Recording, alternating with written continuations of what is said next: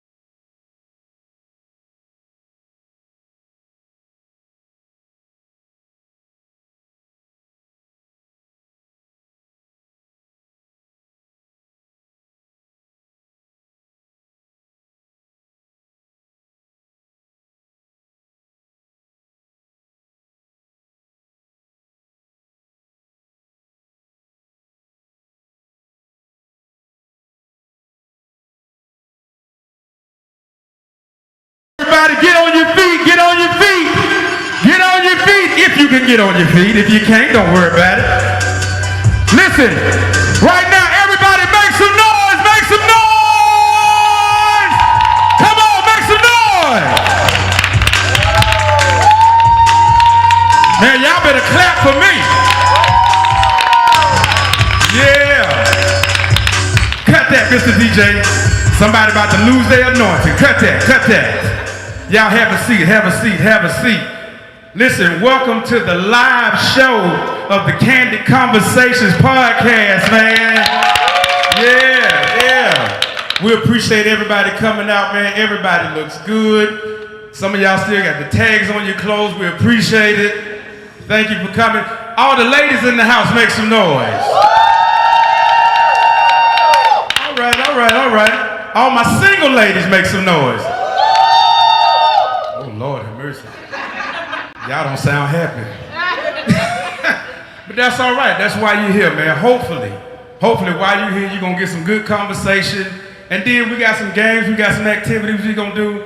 And then maybe, hopefully, prayerfully, you might even make a love connection tonight. That's right. If God can do it for me, he can do it for you. You hear me? Come on. So we're going to have a good time, man. We welcome everybody here. Everybody looks good. Y'all keep us in prayer. They real nervous back there. They sweating their lashes off back there, okay? So, y'all pray for them. Pray for them. Everybody, what's going on? Who went to the Kirk Franklin concert last night? Yes, Lord. Oh, I don't care. Whatever. Be quiet. I don't care. Apparently, me and like 36 other people in the entire city was the only ones that wasn't there. Y'all didn't buy me no ticket. You know what I'm saying? Y'all was down there twerking for Jesus. I know what y'all was doing. Why y'all let Kirk come out in this Easter suit with no shirt on? How you gonna sing about Jesus with your chest out? That's crazy. He ain't got no hair on his chest neither. Kirk about 55 and no hair on his chest. He a little boy. No testosterone. With his Lionel Richie suit on. I would have went to the show, but I had to go to church last night. I went to real church last night. That's right, I went to the real church last night. And see, while y'all was down there singing all that good contemporary music, I was at church somewhere at the Oh Lord, Hold My Mule While I Shout Episcopal AME Missionary Baptist Church of God in Christ by the Rock. That's where I went last night. And see, they do something different. See, y'all young folks in here, y'all don't know nothing. See, y'all used to praise and worship, right? Praise and worship. See, they don't do praise and worship. The church I went to, they don't do praise and worship. They do something called devotion. Come on. Y'all don't know about who remember devotion? See that? See all these old people in here? Look around. See that? All these people over 40. See, young folks, y'all used to, all these lights and smoke and everything like that. People coming out here hitting flips and all that. We don't do that for devotion. Devotion, first of all, there's an age limit to devotion. You got to be 60 or older. Don't think you're going to get up here with your 25-year-old self that you're going to do devotion. You ain't been through nothing. Devotion comes from struggle. You can't sing devotion unless you done been oppressed in your life at some point. You know how it goes. See, y'all get up here, y'all be like, how great is our God? That's not devotion. Devotion is struggle. Devotion is the Lord that brought you out of something. And so they was doing devotion, and then the oldest person in the church got to get up there. See, praise and worship has structure. You know what I'm saying? It has all these things. Devotion is get up there and sing whatever you want to sing, however you want to sing it. It don't matter. It comes from oppression. It comes from struggle, civil rights. You've been through something. See, a lot of y'all ain't got no eviction notice on your door, so you can't do devotion. A lot of y'all ain't never been locked up. You ain't never been discriminated against, so you don't know what devotion is. See, y'all happy doing praise and worship. Y'all be smiling. When you sing devotion, you got to ball your face up. And in church, the more you ball your face up, the more sanctified you are. I don't know why that is. Church is the only place where you can mean mug the preacher, and that's a good thing. If he preaching good, you know what they do. And that's a good thing. Why y'all do that? You just ball your face up. You're supposed to be happy. Can you imagine if you did something good and somebody just balled their face up? What if you cook for you, man? How many here got a boyfriend, girlfriend, all that? Ladies, y'all got a boyfriend? Yeah. Who do? A one? Wait a minute. When I ask for single ladies, it ain't but three of y'all clapped y'all hands, but you the only one with a man. Somebody lying. Oh, you got a husband? Yeah. How long you been married? 11 years. 11 years. Give it up. You like being married? I do. You do? What you like about it? I married my best friend, so it's always fun. You his best friend, but he ain't your best friend. I promise you that. He is. No, he ain't. His best friend named Craig somewhere. They watch the game together. You the woman he live with. I want to get married, but I'm scared to get married, man. Marriage is like jail. It is, man. It's easy to get into, but you're going to need a good lawyer to get up out of there. You hear me? Why I want to get out? Because for whatever reason, marriage, I'm required to come home like every night. I got to talk to you every day. For real? I don't like that. No. But you know what? The thing is, I do want to get married. But see, it's a lot of women out there that don't know how to be a wife. You don't know how to be a wife. But I'm going to show you how to be a wife. I'm going to tell you how to be a wife. Because it's right there in the name. I'm going to tell you. How do you spell wife? W-I-F-E, right? That stands for washing, ironing, folding, and etc. Etc. Whatever your etc. is.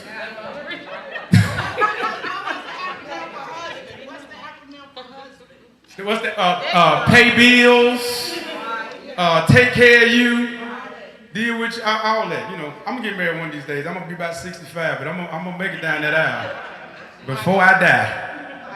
Matter of fact, I may get married on my deathbed.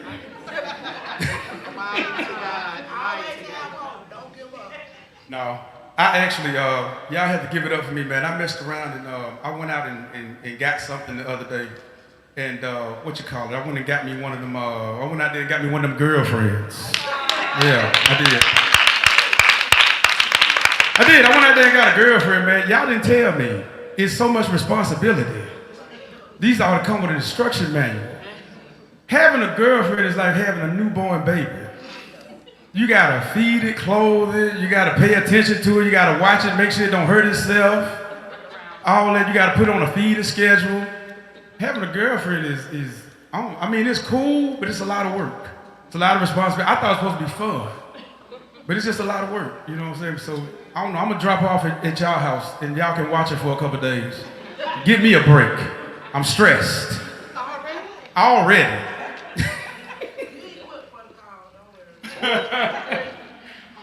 What time is it? Okay, so we're going to have a good time. Oh, quick announcement. We do have food that they're going to be selling. You can go get you some food. They got some real good items back there. So please patron the food and refreshments that we got back there. It goes towards a good cause. Can y'all give it up for this church right here for letting us have this here? Yeah. Absolutely, man. We appreciate the pastor. I thought it was security when I first saw him. My pastor ain't supposed to be that buff. Or for what? You know, what are you doing? You fighting the devil for real, for real. Pastor's shirt was so tight. I said, that thing looked like it snapped between the legs. Boy, good Lord. I'm just playing. Don't beat me up at the church, man. I'm for real. But one time, y'all give it up for the pastor and the first lady and his wife. Yeah, man. We appreciate him. We appreciate him. But we're going to have a good time tonight. I know the hour is now 7 o'clock, but that's my only announcement. Like I said, we got food. Please feel free to patron the refreshments at any time during the show. We're going to have a good time. And like I said earlier, this is interactive. I'm going to need some participation. All right, we got some games and some activities we're going to play. We got gift cards to give away. And let me go ahead and put you on game right now. So one of the contests, ladies, y'all be thinking, fellas, y'all be thinking too. One of the games that we're going to play is the worst first date you ever had. Uh-oh, somebody already calling on Jesus. Look, who having flashbacks? Lucia. So be thinking about that. You know, say who think they got the worst first date story? Who got like a nightmare first date story? Anybody? Y'all ain't been on no dates? No wonder y'all single. Lord have mercy.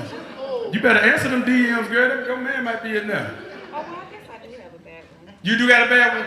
Hold on to it. So here's the thing. I'm gonna need a woman and I'm gonna need a man. I'm gonna need a guy to come up and give me your worst first date story. All right? So be thinking about that. And we got a lot of big shout out to our online audience who looking. Big shout out to them. That's right. They gotta say they guess for tomorrow morning. Amen. For next week. So, but without further ado, everybody get on your feet. Everybody get on your feet. Make some noise. Give me some music, Mr. DJ.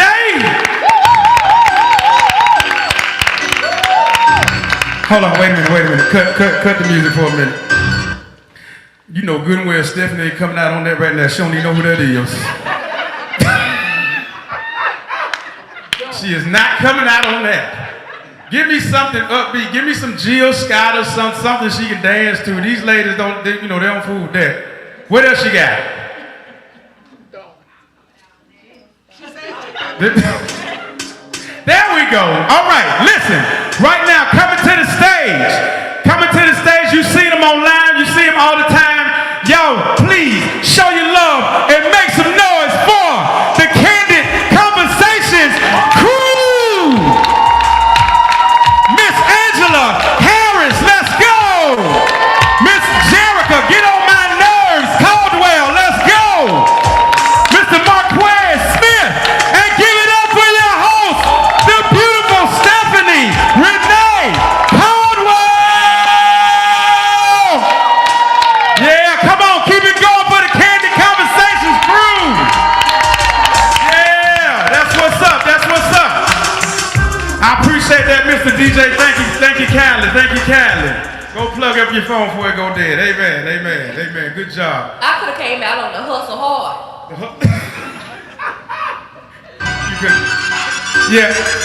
You could have, cause stand up and let them see your majorette shirt you got on right now. You see that? That shirt came with a baton. You hear me?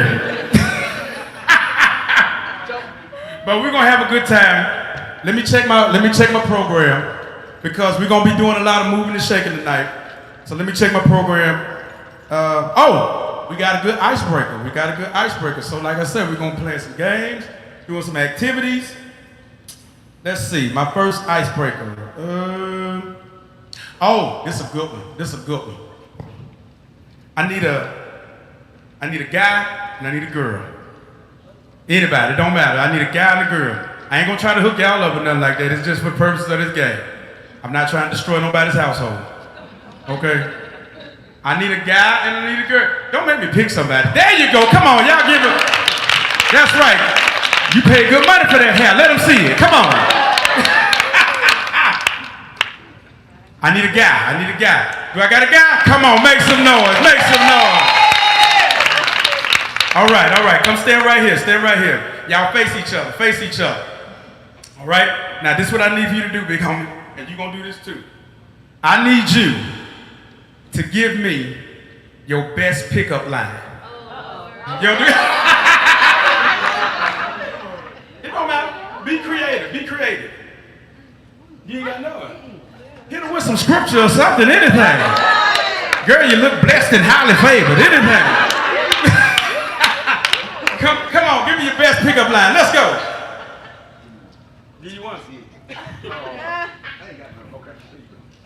You asking him for one, you definitely asking the wrong person. Jericho.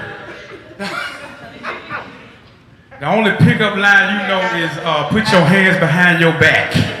You are under arrest. All right.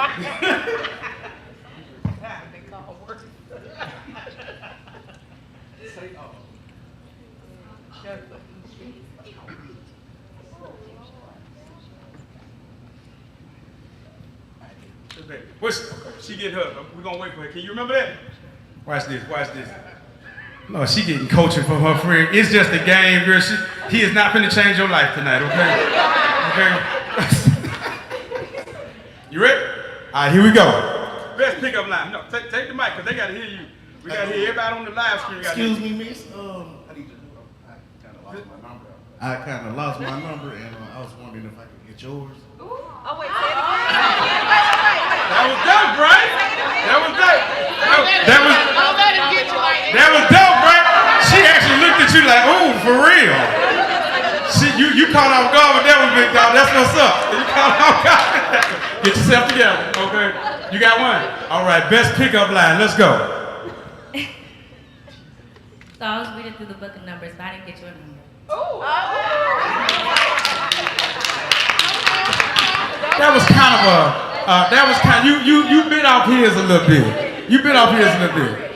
You know. That's okay. That's okay. See that? Now, how come it's okay for her, but if he Coincidence. What's up with the number?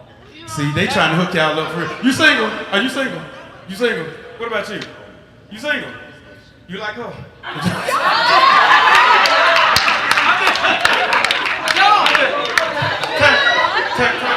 around.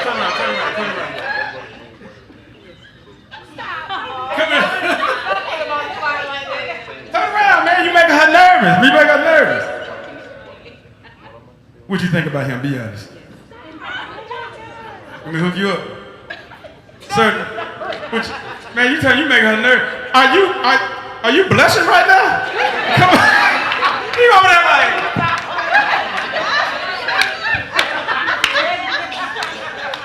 What you think about her?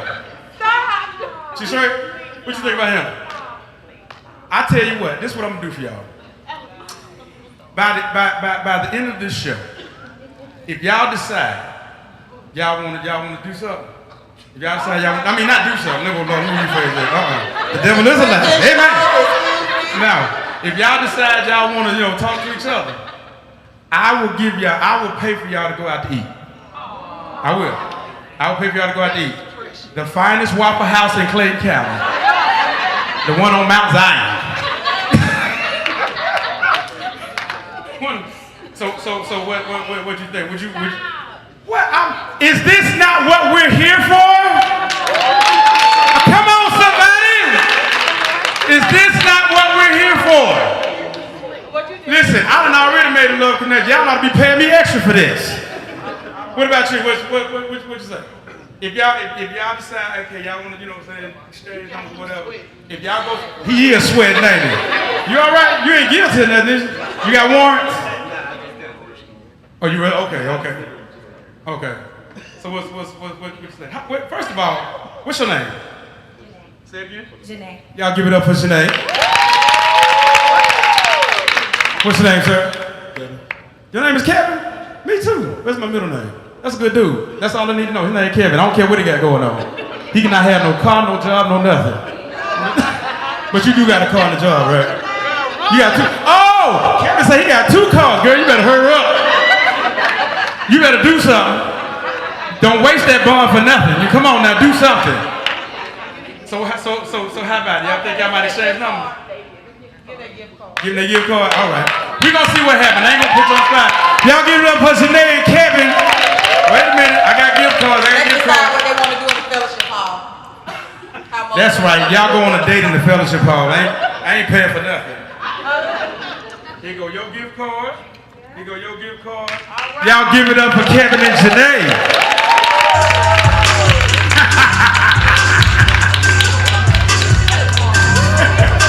He was legit blushing. Did you see him?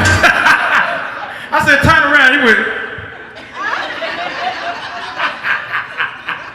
That's what's up. All right, y'all. We getting ready to get this party started. Are y'all ready for some candid conversations? That's right. Well, listen, please welcome my friends, welcome my family up to the stage. Come on, Miss Angela Harris, let's go. Miss Jerica Caldwell, let's go. Mr. Marquez Smith, let's go. And Miss Stephanie Caldwell, let's go. Hey everybody, how y'all feeling? I'm so glad that y'all have decided to join us today. Listen, we are just excited to have y'all here. We're excited that you all have decided to tune in. Those of you who are watching online, so glad that you all are with us tonight. Listen, we came out to have a good time. We came out to talk real talk, okay? And we just came out to just really enjoy each other, and I'm just excited about it. So we are getting ready to, I I think Mr. Yeah.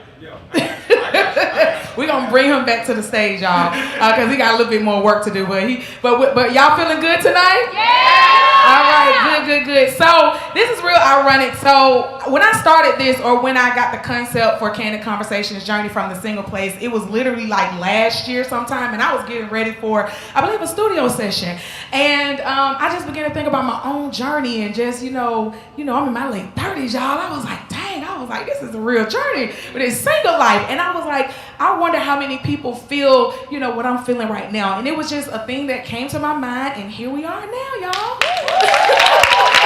Here we are now. For those of you who watch us, every other week, every other Tuesday, y'all know we talk about real conversations, because I think one of the things, especially for those of us who are Christians and, we're believers and all of that, a lot of times we don't get to talk about the real things that affect us, especially as single, and even if you're in a relationship, we don't really get a chance to talk about those things that really affect us as singles, trying to journey through this life and, relationships and all of the issues and the ills that come with it, and the good, and so I think that this has opened up, the opportunity for us to share and to just talk about the real issues that we deal with, the real things that we experience, and how we navigate through those, and be real about it, because a lot of times we got to put on the facade, and we got to act like everything is good and okay, when really we're dealing with some things on the inside. So that's what we're gonna do. But we're gonna relinquish the mic, and we're gonna give it back over to our host, and we're gonna go ahead and let it continue. All right, thank y'all. Yeah, y'all show some love, Miss Stephanie Caldwell. In her outfit she got from Temu. Come on, look at that. I'm just playing. You look good. I'm just Listen, first of all, don't put that in the washing machine. It's gonna blow up, okay? Please, that you wear that one time, and then please throw it away. All right? Get those shoes. I thought Payless was closed. Payless. Lord have mercy.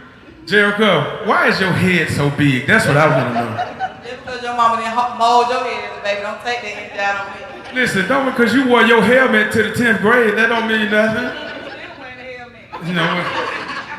I'm not going through this with you. Okay.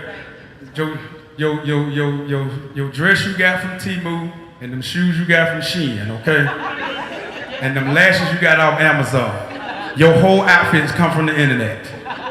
I'm just saying. Hold on. Wait a minute. I'd rather the internet than Goodwill, thank you. Don't come in church line. Don't do that. Okay. But so me and Jericho, we gonna get into it. Don't worry. How many of y'all watch the show? Y'all see how we go back and forth, me and this one back here? Okay, well y'all get to see that live and in person, okay? We might just life outside the camera as well. I really can't stand it. I said, I don't like you neither.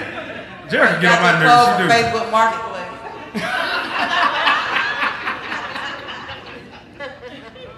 That's all right. That's why you dry your hair on the line outside anyway. It's machine washable dreads. I ain't never seen nothing like that. But so we're gonna be taking jabs at each other. We're gonna have a good time. But we got a special guest that's here with us tonight. I'm telling you, this young lady is super, super dope. She is a phenomenal spoken word artist.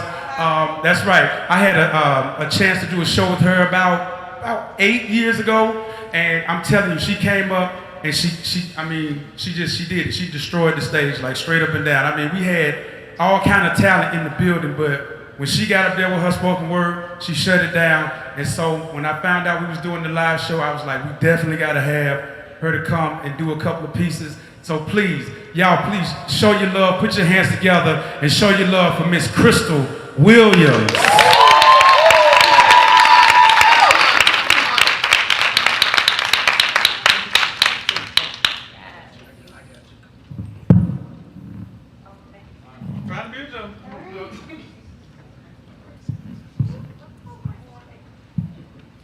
One more time, Miss Crystal Williams.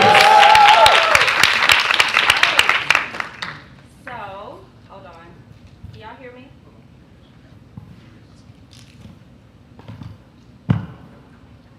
All right. Ooh, that's great. How y'all doing tonight? Good. All right. I am going to share two pieces with y'all. The first one is about relationships, and the second one is about us taking care of ourselves, self-care. That's important and foundational for us before we enter into any relationship. So those are the two pieces I'll do. So I'll start with the first one.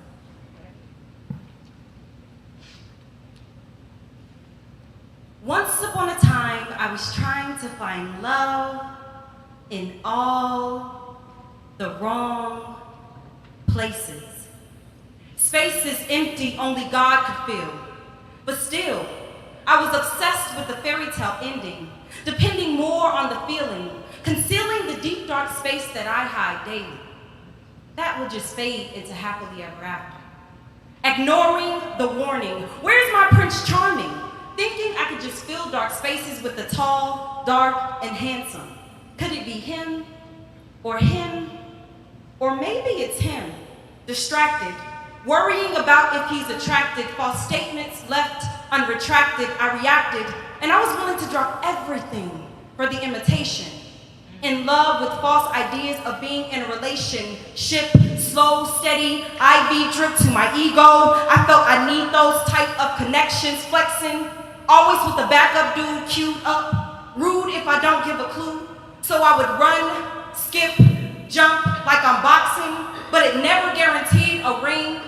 Bob and weave to avoid pain like naproxen, clinging to toxins that sustain this toxic flame. This probably should have been a platonic thing. Come on. It's ironic.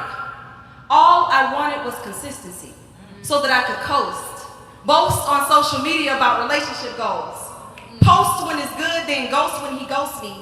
I'm hoping, but all I wanted was true love, but settling for boot up, thinking I could just fill dark spaces. So I leave dotted lines, hoping he'd find me special enough to trace this. But it's just taking up space mentally, dependency on external affirmation spiritually, blocking my own access, stressing the horizontal when my vertical is out of whack. I'm on the attack. I just want my relationship back, the original, the first time I fell in love and I could tell it was love. No questions, best thing my heart sings brings me joy. That love that comes from God, love, he is. Let me go back to the basics, turning the page to a new chapter, because love himself was waiting. And that's all I was ever after.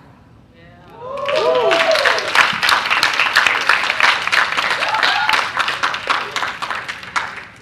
right. The second piece, I just want to invite everybody to just think about those times that you're putting yourself out, like you're spending all of your energy doing things. And there's a time that we all have to step back and we have to pour into ourselves. You cannot pour out of an empty cup. So how do you fill your own cup so that you can be present for others? So this particular piece is about self-care. Welcome aboard, and thank you for flying with us.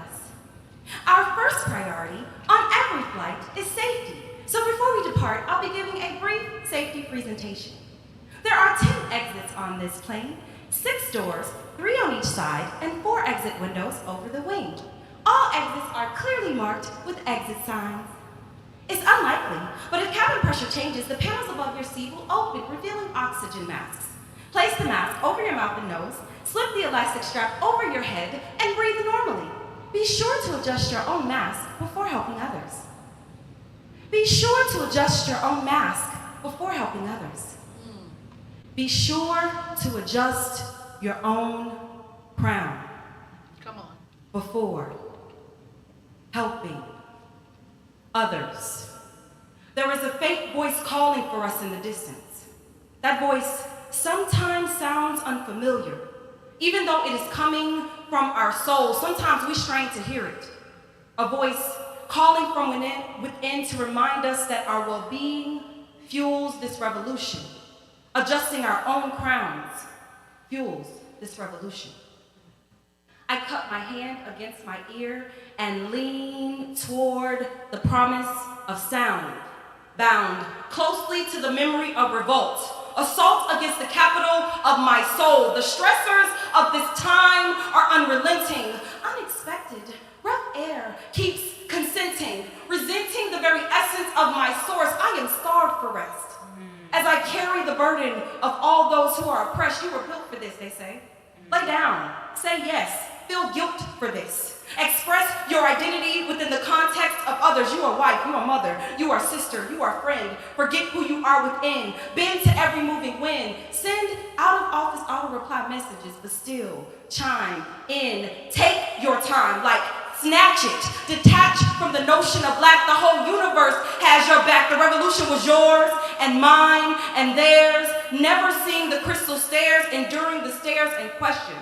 Our ancestors fought for this. Fought for the right to take what is mine. This life is mine. This light, this soul, the glory of his very presence. I refuse to allow the dimming. No, slimming down to fit into the slender confines of oppression. The bigness of my soul takes up space. I cannot shrink for this. I cannot blink. Don't you understand that the closing of my eyes can initiate a revolution? That's why I stay woke, soaking myself in the glory of who he is and called to be, adorned with the fragrance of history.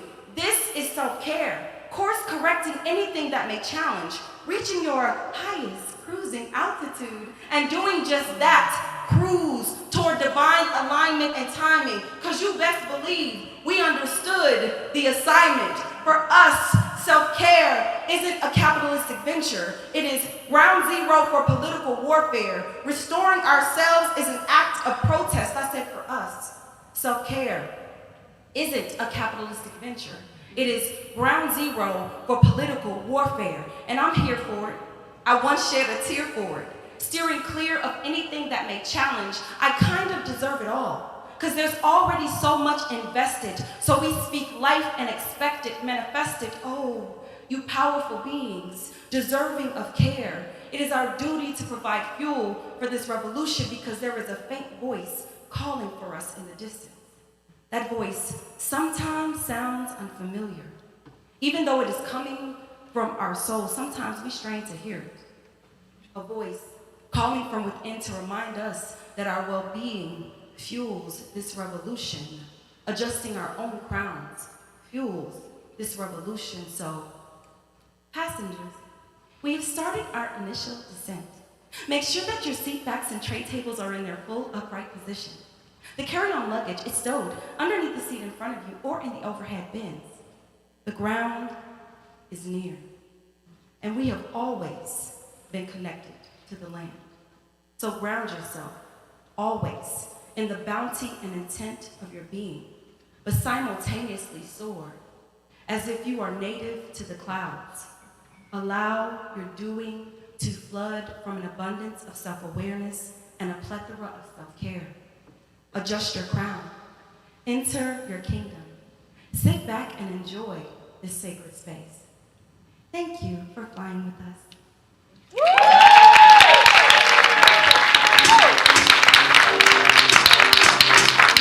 Come on, show some love, Miss Crystal Williams. Yeah.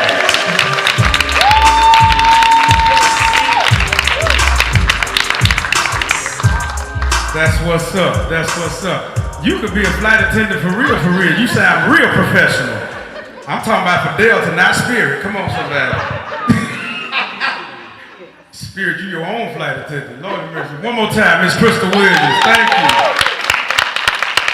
Now, if time permits, I may bring her back up here for one more. That would be dope, right? Yeah. One more, yeah. So we may do that. We may bump somebody. I don't know, but that was dope though. One Crystal Williams. You know, I do a little poetry myself. I did. You know, I do a little spoken word myself. I remember I was in the 8th grade, and I wrote a poem to this girl, and it went.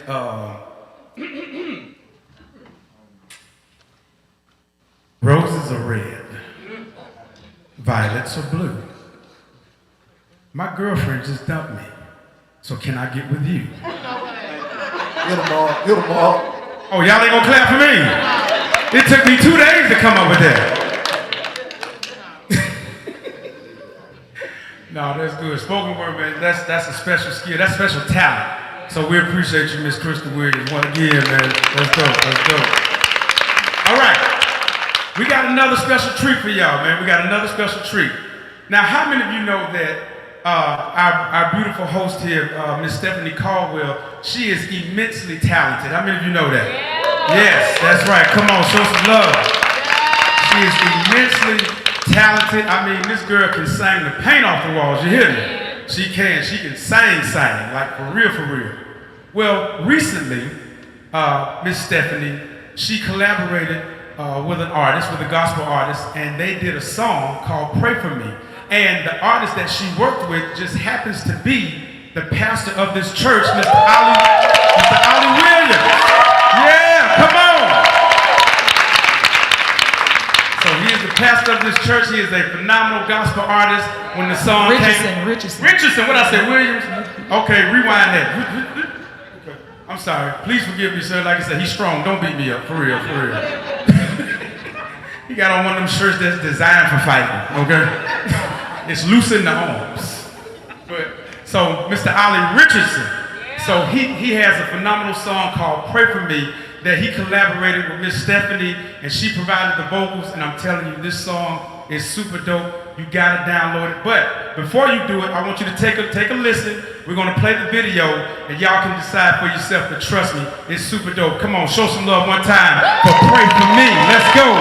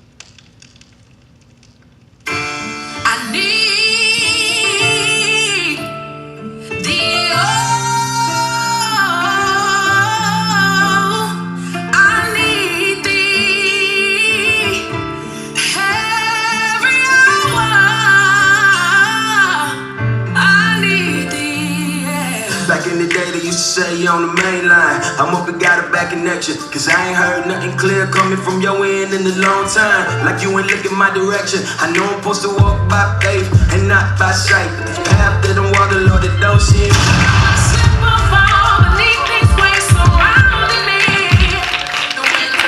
Yes, it's on iTunes. Go and get it. Yeah! Show some love. Ali Richardson and Stephanie Renee. Somebody better pray for him. That's what's up. I love how you only gave him a snippet. If you wanted, you had to pay for it. I ain't mad at you, boy. Yeah. I told y'all that girl can sing. And then she came out with the I Need. See, y'all don't know nothing about that. That's one of them good old hymns. See, y'all sing these anthems nowadays, but y'all need a good hymn. Pull that book out the back of the pew and open it up sometime.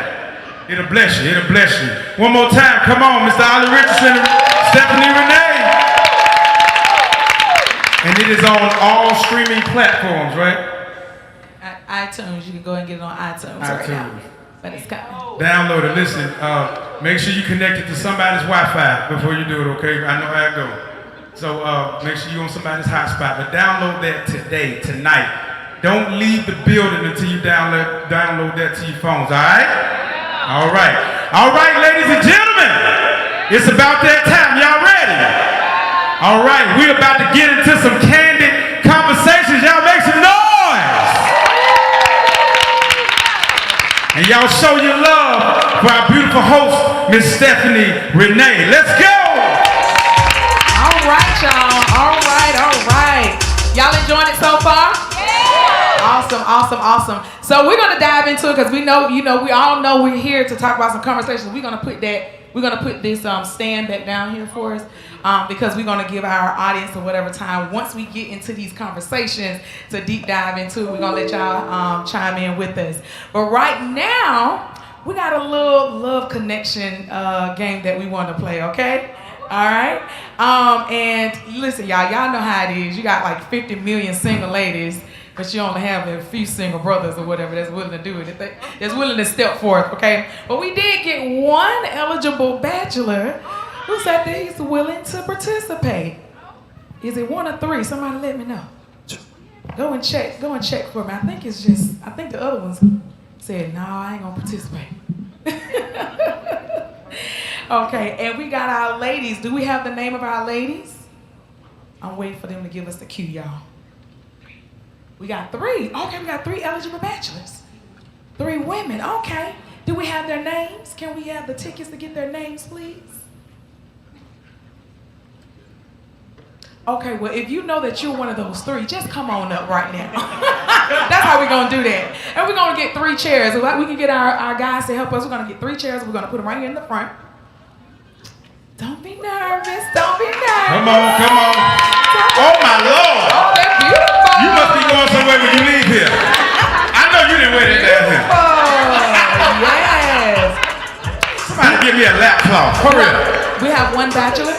Does our bachelor does he have a mic? We need our bachelor to have a mic. If not, we can get this one, Vanessa.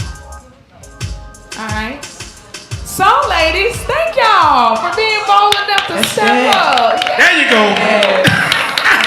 Thank you, ma'am. Somebody know Jesus in here. Come on. Let me come I'm just back. playing. I'm just playing. All right. So our bachelor is behind the wall. He doesn't know who's up here. And he has a few questions. Does he have the questions? Okay, he's gonna ask y'all some questions, ladies. And I'm gonna take turns to give y'all my mic.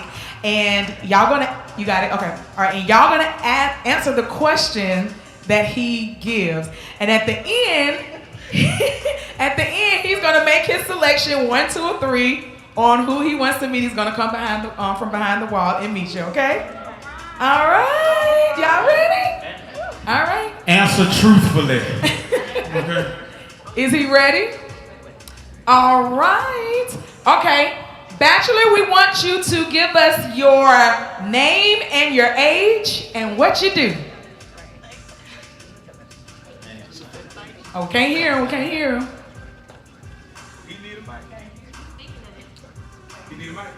He needs a mic? I got it. Okay. All right. Talk up, bachelor. All right, give us your name, your age, and what your occupation is. My name is Andre. I'm 27, and I do real estate. Okay, he gave us his age. We're gonna say, Okay, you say I'll dismiss myself. Okay. Oh, wow, that's messed up. How old is he? 27. What's wrong with that? You need you a young man. Oh, but she said she can't do nothing but babysitting. That's all. All right. She don't want to be a cougar. So, bachelor, you have 2. You have 2 young ladies out here, okay? All right. So we're gonna start. Give us your first question. All right, I have a love for music. Who's your favorite artist and genre? My favorite genre is gospel. And I would say her name is Ashley J. I really love her. My favorite genre is R&B, and I'm going to say Jasmine Sullivan. Come on, Jazz. Oh, you're kidding. The first. This is our first one, Bachelor. My favorite genre is gospel, and I would say Ashley J. Favorite genre is R&B, and it is Jasmine Sullivan. Pick up your fifth. All right, did you hear them, Bachelor? Yeah, I heard. Okay, all right. Let's give us your second question. We're gonna have candidate 1 answer first. All right, they say a way to a man's heart is through his stomach. What's a special dish you cook for your man? You might have to turn the music off for that. I want to hear this. I want to hear this, Bell. Hold on. So, my background is African, so I'm good with foreign food. So it could be from curry, some African food. I could do some soul food now, but I'm really good with foreign food. Okay. This is candidate 2. He said, come on, repeat the question. What is? Repeat your question, Bachelor 2 for candidate 2. I mean, Bachelor for candidate 2. Repeat that question. What's a special dish you would cook for your man? Okay. So, I just learned this, but it's real good. And it's called a stuffed catfish. I don't know if anybody tried it, but it's like mixed with like spinach, crab meat, shrimp, all together. I got it from TikTok. That's where I got it from, okay? And the meals from TikTok be hitting. So, it's that. Gotta eat with some greens, so it's either some broccoli or asparagus and with some nice mashed potatoes. All right. All right, Bachelor, give us your last question. Candidate 1's gonna answer. All right, I've had a stressful day. What are some things you would do to comfort and turn the day around?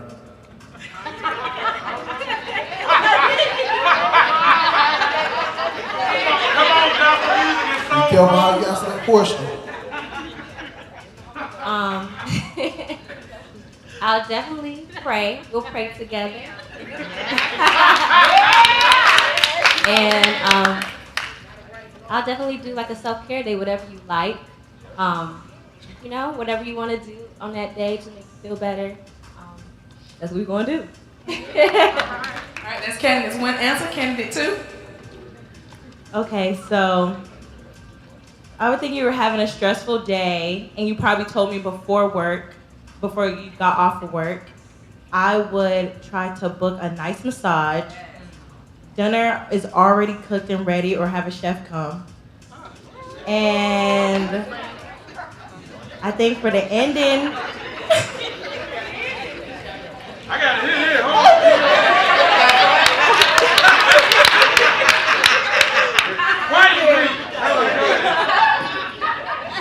I mean, for the ending, I probably just want to talk, get your mind off of it. Watch your relax, enjoy a nice movie, things of that nature. Let's give them a hand, y'all. Very good, very good. All right, Bachelor. So you've asked all your questions, correct? Yeah, that's all my question. All right. So based upon the answers that you've heard, you have candidate 1 and candidate 2. Which do you choose? They're both lovely, but I'm gonna go with candidate 2. Candidate 2. All right. Bachelor, I need you to stand up. Stand right here. Got something for you. Bachelor, you can come on out. We want you to hug each person. And for our candidate, what's your name again? Janae. Janae, you're going to get a gift card just for participating.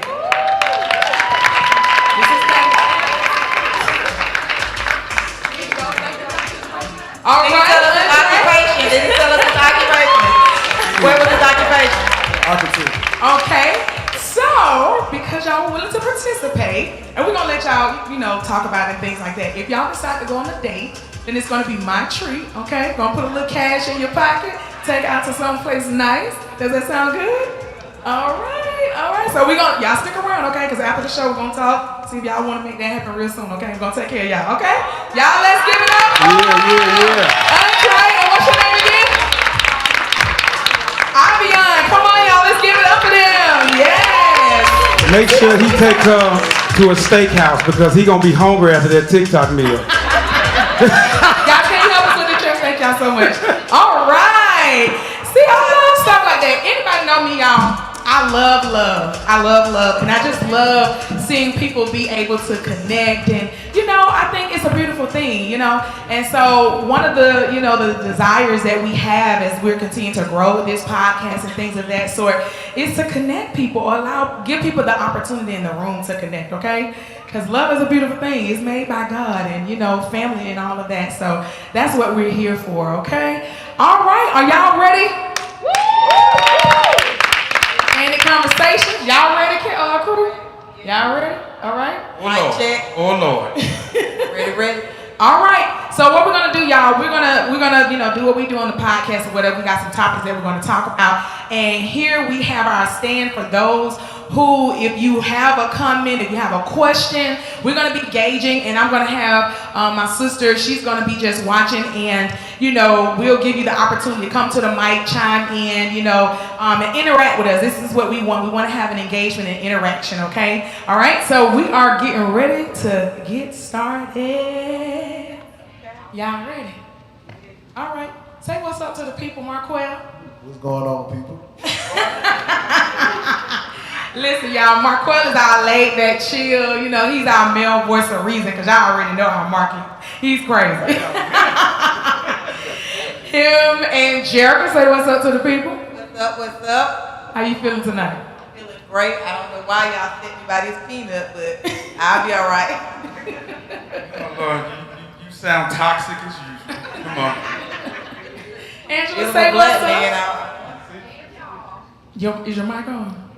It's on? Hello. Okay, there you go. All right, this AKA Peaches. All right. Well, y'all know we got some juicy conversation or some topics to talk about tonight. I hope y'all ready because we getting ready to deep dive right on into it. All right, first topic. If you meet someone and they are not quite where they should be financially, emotionally, spiritually, etc., but you see the potential of where they are going, is it okay to still give them a chance, and why? Who wants to tackle it first? No. When you're at a certain age, potential is out the window. Potential is what you could be. I'm looking for what you have. And see, I think the thing is too, when you know, a lot of times we take the dating approach. The dating is a concept that the world came up with, where there's no ethics, no morals, no boundaries. And in a Christian environment, you should be really courting. When you court, you should already have these things together. I don't have time to build you. Now, we meet when we're teenagers, 19, maybe on up to 25. But after 25, who's her? 25. That's unrealistic though. Most 25-year-old men don't have their stuff together like that. Right. Unless they play in the NFL somewhere, but no, they. And how you gonna court? How you gonna court before you start dating? So you just want to go right past the whole preliminary stage and just start courting off? No, because I think pre-courting, it should be something that you're working on yourself. By the time you get to the court stage, you should already have established that this is the person that you're really going for. Now, dating, yes, you can date around, but when you're talking about being serious, like we're trying to be serious in marriage, then you really should have a courting mindset versus a dating mindset. And I would even push back. I say 30. When you get 30 and you still trying to, no, absolutely not. But hey, there's some women out there that do it. Jerica just made up a word. She said pre-courting. I will make up a word. Not dating, it's pre-courting. Okay, I got you. Marco, you got something you want to chime in on? I would say this: we ask God to work with us all the time, so you should be able to work with somebody, meet somebody somewhere, sometimes. All right. I'm not God. There's only one God. And only one person that's gonna love you unconditionally like that. And it's God and your mama, because it's not me. I love you unconditionally. Well, I would say this. You say when you meet someone. So if I meet you, I'm not thinking about being serious with you when I meet you. So if I found some interest in you, whether you was fine or we just had a good little conversation wherever we met, I would talk to you. I would still be your friend because I'm not looking to be your woman necessarily. So we can talk and see what happens. It may or may not be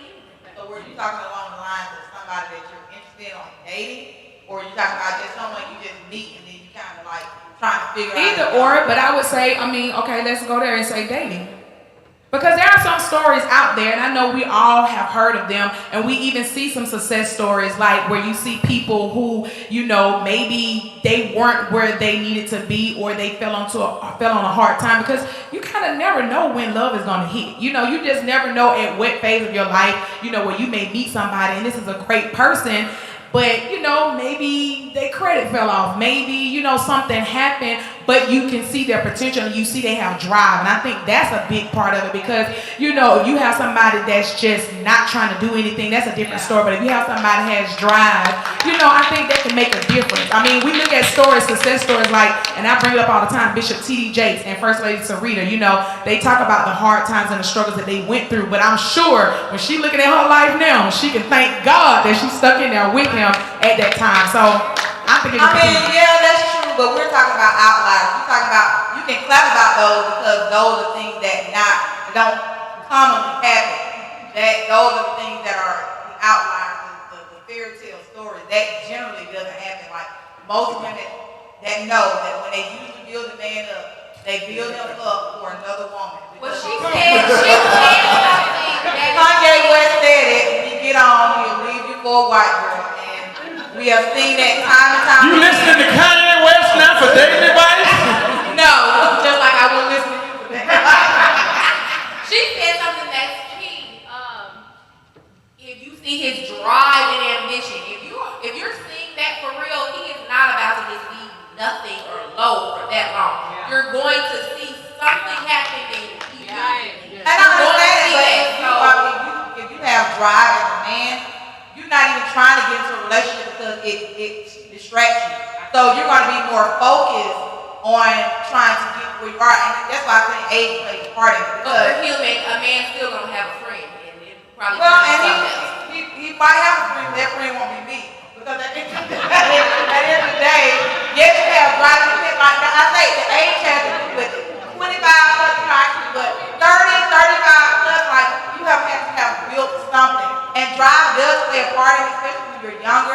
So when you're 30, I want to get in front of male. How do y'all look at it? Go ahead, my boy. Speaking as a man, Okay. it does take time to get it together. Right. And keep it together. But the man always remember who's with him on his come up. Not who's there out here got success. Yeah. I'm gonna tell you what I got a problem with, Jericho, other than the obvious. My problem is, you say you got to have your stuff together. Why do we put a timeline on when we're supposed to have our stuff together? Why do we do that? Why do we say by 25 you need to have this, by 30 you need to have this, by 35? Why do we do that? Yeah, expectation God don't have. Exactly. Life is what it is, man. It's gonna happen when it happens. Why you gotta put a time limit on something?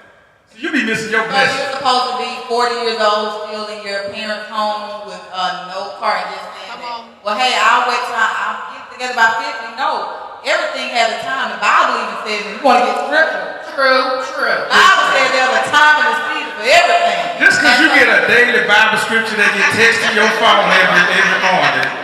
Now you Sarah, what's her name?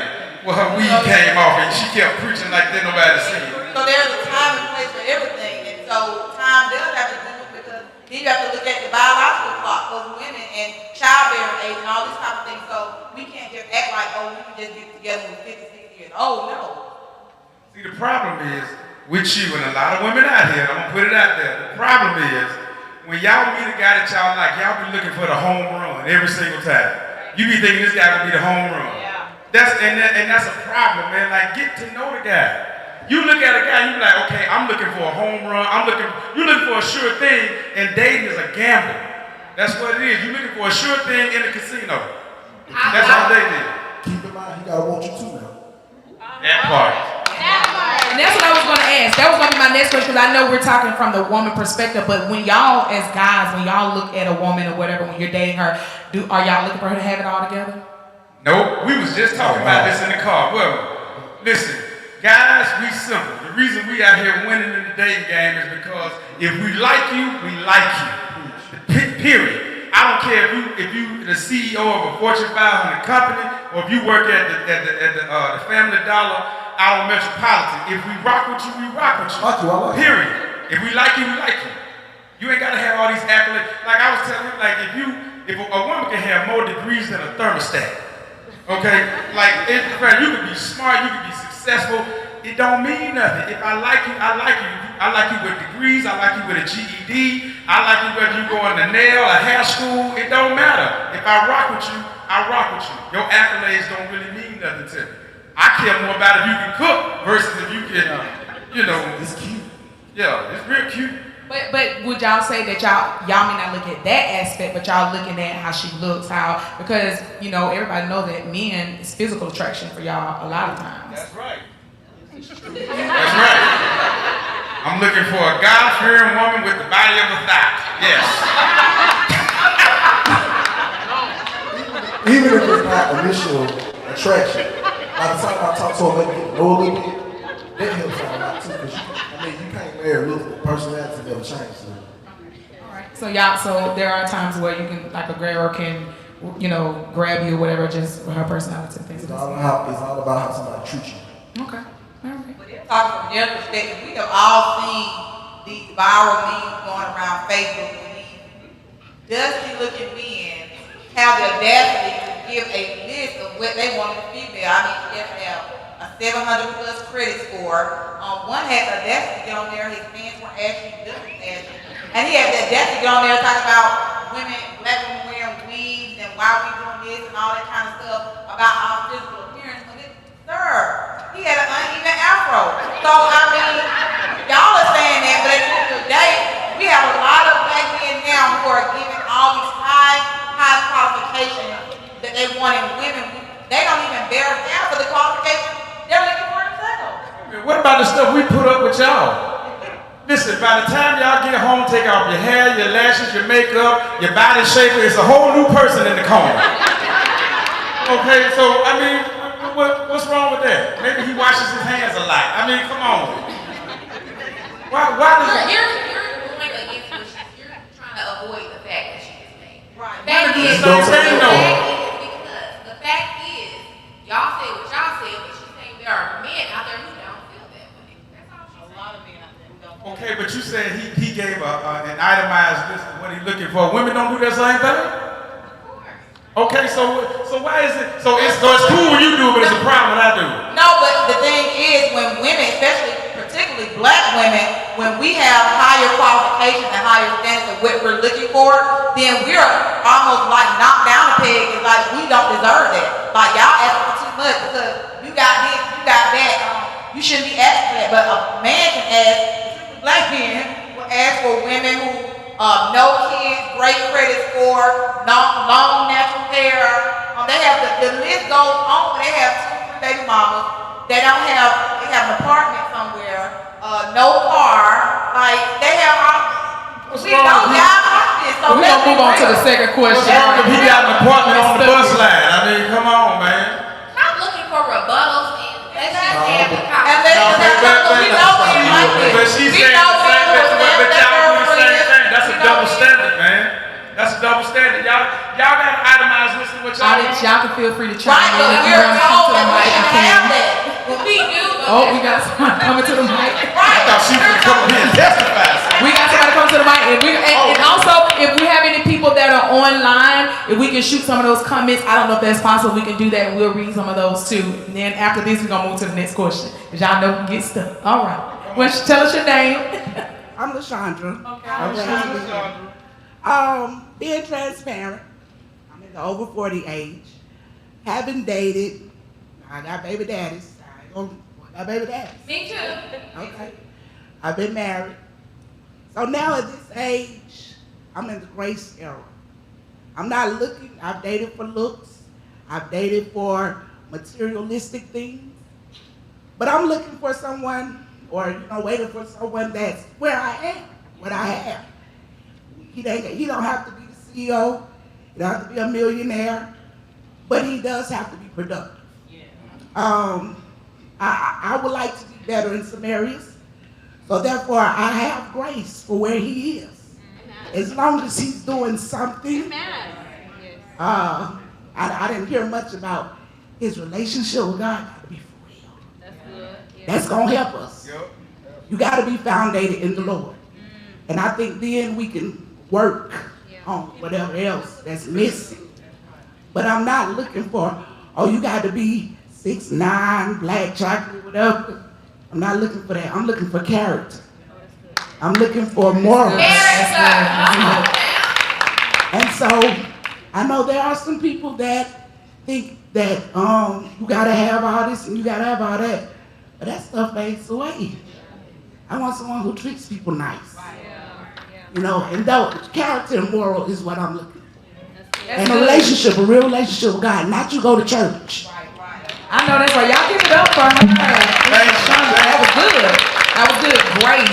Grace, I think that's a big word. You know, a lot of times we expect or we want people to have grace with us that we're not willing to give to others. And so I think, you know, you have to, you know, all of this is kind of checks and balances, and you have to kind of gauge it for yourself, you know, because each of us, we're individuals. We know what we're wanting. We know what we're desiring. And so you have to, you know, really come to that determining factor for yourself, and nobody can really, you know, make that decision for you. So I think that was good. All right, let's go on to the second question.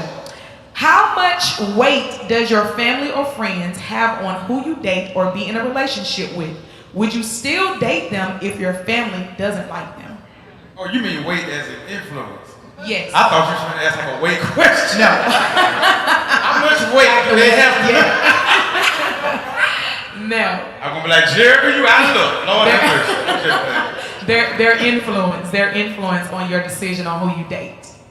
What's the question? I'll definitely start there. Y'all know how I am. You can't tell me nothing about mama. You just can't, okay? I'm rocking with mama. I feel like I have a solid foundation with the Lord. I talk to him, and he talks to me. So, of course, you can, if it's looking crazy, I think honestly, I'm the type of person, I've been through so much. I have three kids by 24, I can't remember. But I have been through and seen and done so much. I am not stupid, just not. I'm not dumb, I'm not stupid, I see clear, and I'm real with myself. So, whatever issue there may be, trust me, I know, and I see, I already know. So, I'm gonna do what I wanna do still. But as long as nobody's cheating, lying, beating, you cannot tell me nothing about what I got going on. You just can't. They have no words. Okay. So you wouldn't listen to anything any of your family members or friends or whatever. What are they saying? I mean, like if they just see some red flags, or if they feel like, you know, maybe there's some things you're overlooking, or like, I mean, just anything like you. If someone come to me with red flags or overlooking, because that has happened before, and I promise you, I already saw them. I already knew. So do you really feel like, because you know how we can get wrapped up in love and there's some things that, you know, we just overlook. So do you really honestly feel like in every situation that maybe it wasn't the best of the red flag, that you always saw every single red flag before people told you? Because honestly, I think a lot of women do ignore, but I'm not. So when I was in a situation, and I knew I'm actually coming out of this, I'm leaving this. It was just more of, this is my process. Like, you're not telling me nothing new. You're not telling me anything I don't know. You're really not telling me anything. So I'm going to go through it. I'm going to go through it. I'm out now. Praise the Lord. And it don't take long, because you're not about to play with me. You're not about to play with me. You're not about to waste my time, because I'm about to be 36. So I'm not out here wasting my time either. So if I see that it's over, when you love somebody, let's be real. You're not just, it's not just a, ooh, I'm immediately out. When you are actually in deep with somebody, I can be honest and say that. So it did take me a good 3 months to really come out. So, yeah. Okay, Marquel. I was raised by women, so if it's somebody that I like, I gotta kind of go to the home setting and see what's going on. Because maybe I could be overlooking something, or maybe I'm just seeing what I want to see. But a lot of times I don't want to go through the hurt process, because it's a long process after the fact. Everybody told you, hey, this might not work, dog, or this ain't for you. And that's happened before too. So the family and friends, they have a big thing. Jericho? Yes, it definitely has a way. I'm very family oriented. I have grandparents. I have grandparents, so you know I do listen to what they say. And too, because when you look at having a relationship long term, you definitely want to have that person get along with your family. You don't want to be tense and the barbecues and the funerals and stuff, you don't want the attention, and you want to be able to bring your children up and raise your children up among cohesiveness. So I definitely would look at someone that my family didn't like. Because like you say, love is blind. And you know, some of the smartest women have been fooled by men who couldn't even write their name in cursive. So it definitely can be done. So It happens. It happens. All right, Mark. Okay, so my situation is a little different. So yes and no. It does. I respect. Like if I brought a young lady around and my parents were like, well, you know, we don't really care too much for her, whatever. I respect their outlook or whatever. I respect their perspective. But like Angela, I'm good and grown. So like, if I'm gonna rock with you, I'm gonna rock with you. But I will say this, and this may sound bad, but this is how let me preface this. This is what I used to do. I don't do this no more. But so let's say if I was kicking with a young lady or whatever, and she happened to meet my family, like my mom, my dad, or my brother, or something like that. And let's say I was kind of feeling her, right? And they say, well, I don't think she hit. Well, then I would repurpose her. Wow. I would repurpose her. She's no longer a long-term interest. Because I still feel you. I'm still rocking with you. But if my family ain't feeling you, then now I gotta repurpose you. For what? I'm not gonna bring you around and be like say feeling all that. And repurpose her for what? Oh, well, she become the fun time girl then. Yeah, I'm speaking my truth. So instead of becoming, Have somebody willing to fall for that? Do you tell her? Do you say that to her? Like, do you tell her that's what she's doing? oh no, you don't do that. You don't do that. You don't block your blessings. You don't do that. No, but I would just repurpose her. Now it's like, okay, but she's no longer a long-term interest. Now she's somebody I can just kind of kick it with.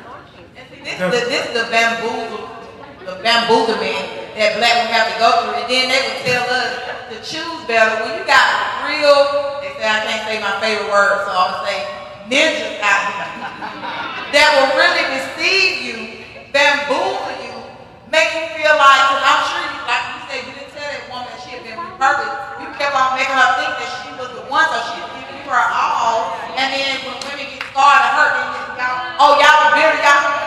You think? As if y'all don't take a bunch of men and make one perfect man. Right. Like y'all got a man for food, you got a man for rent, you got a man for y'all repurpose men all the time.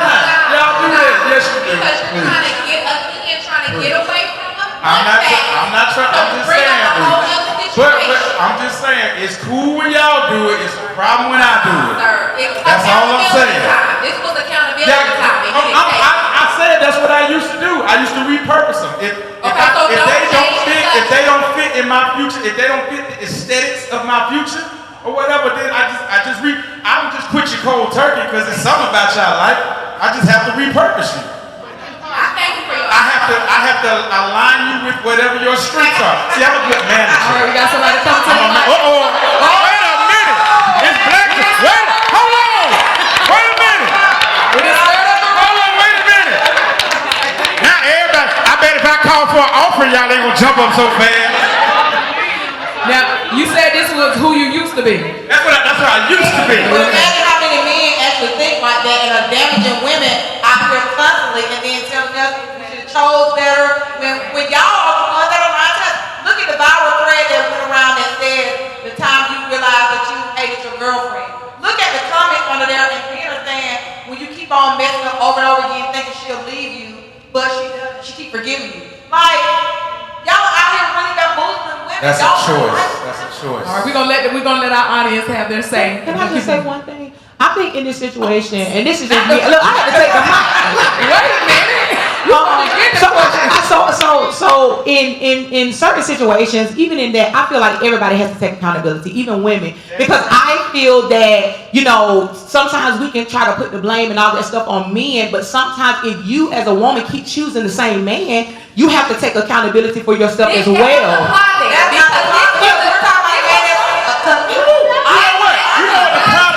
One at a time. Let me say this.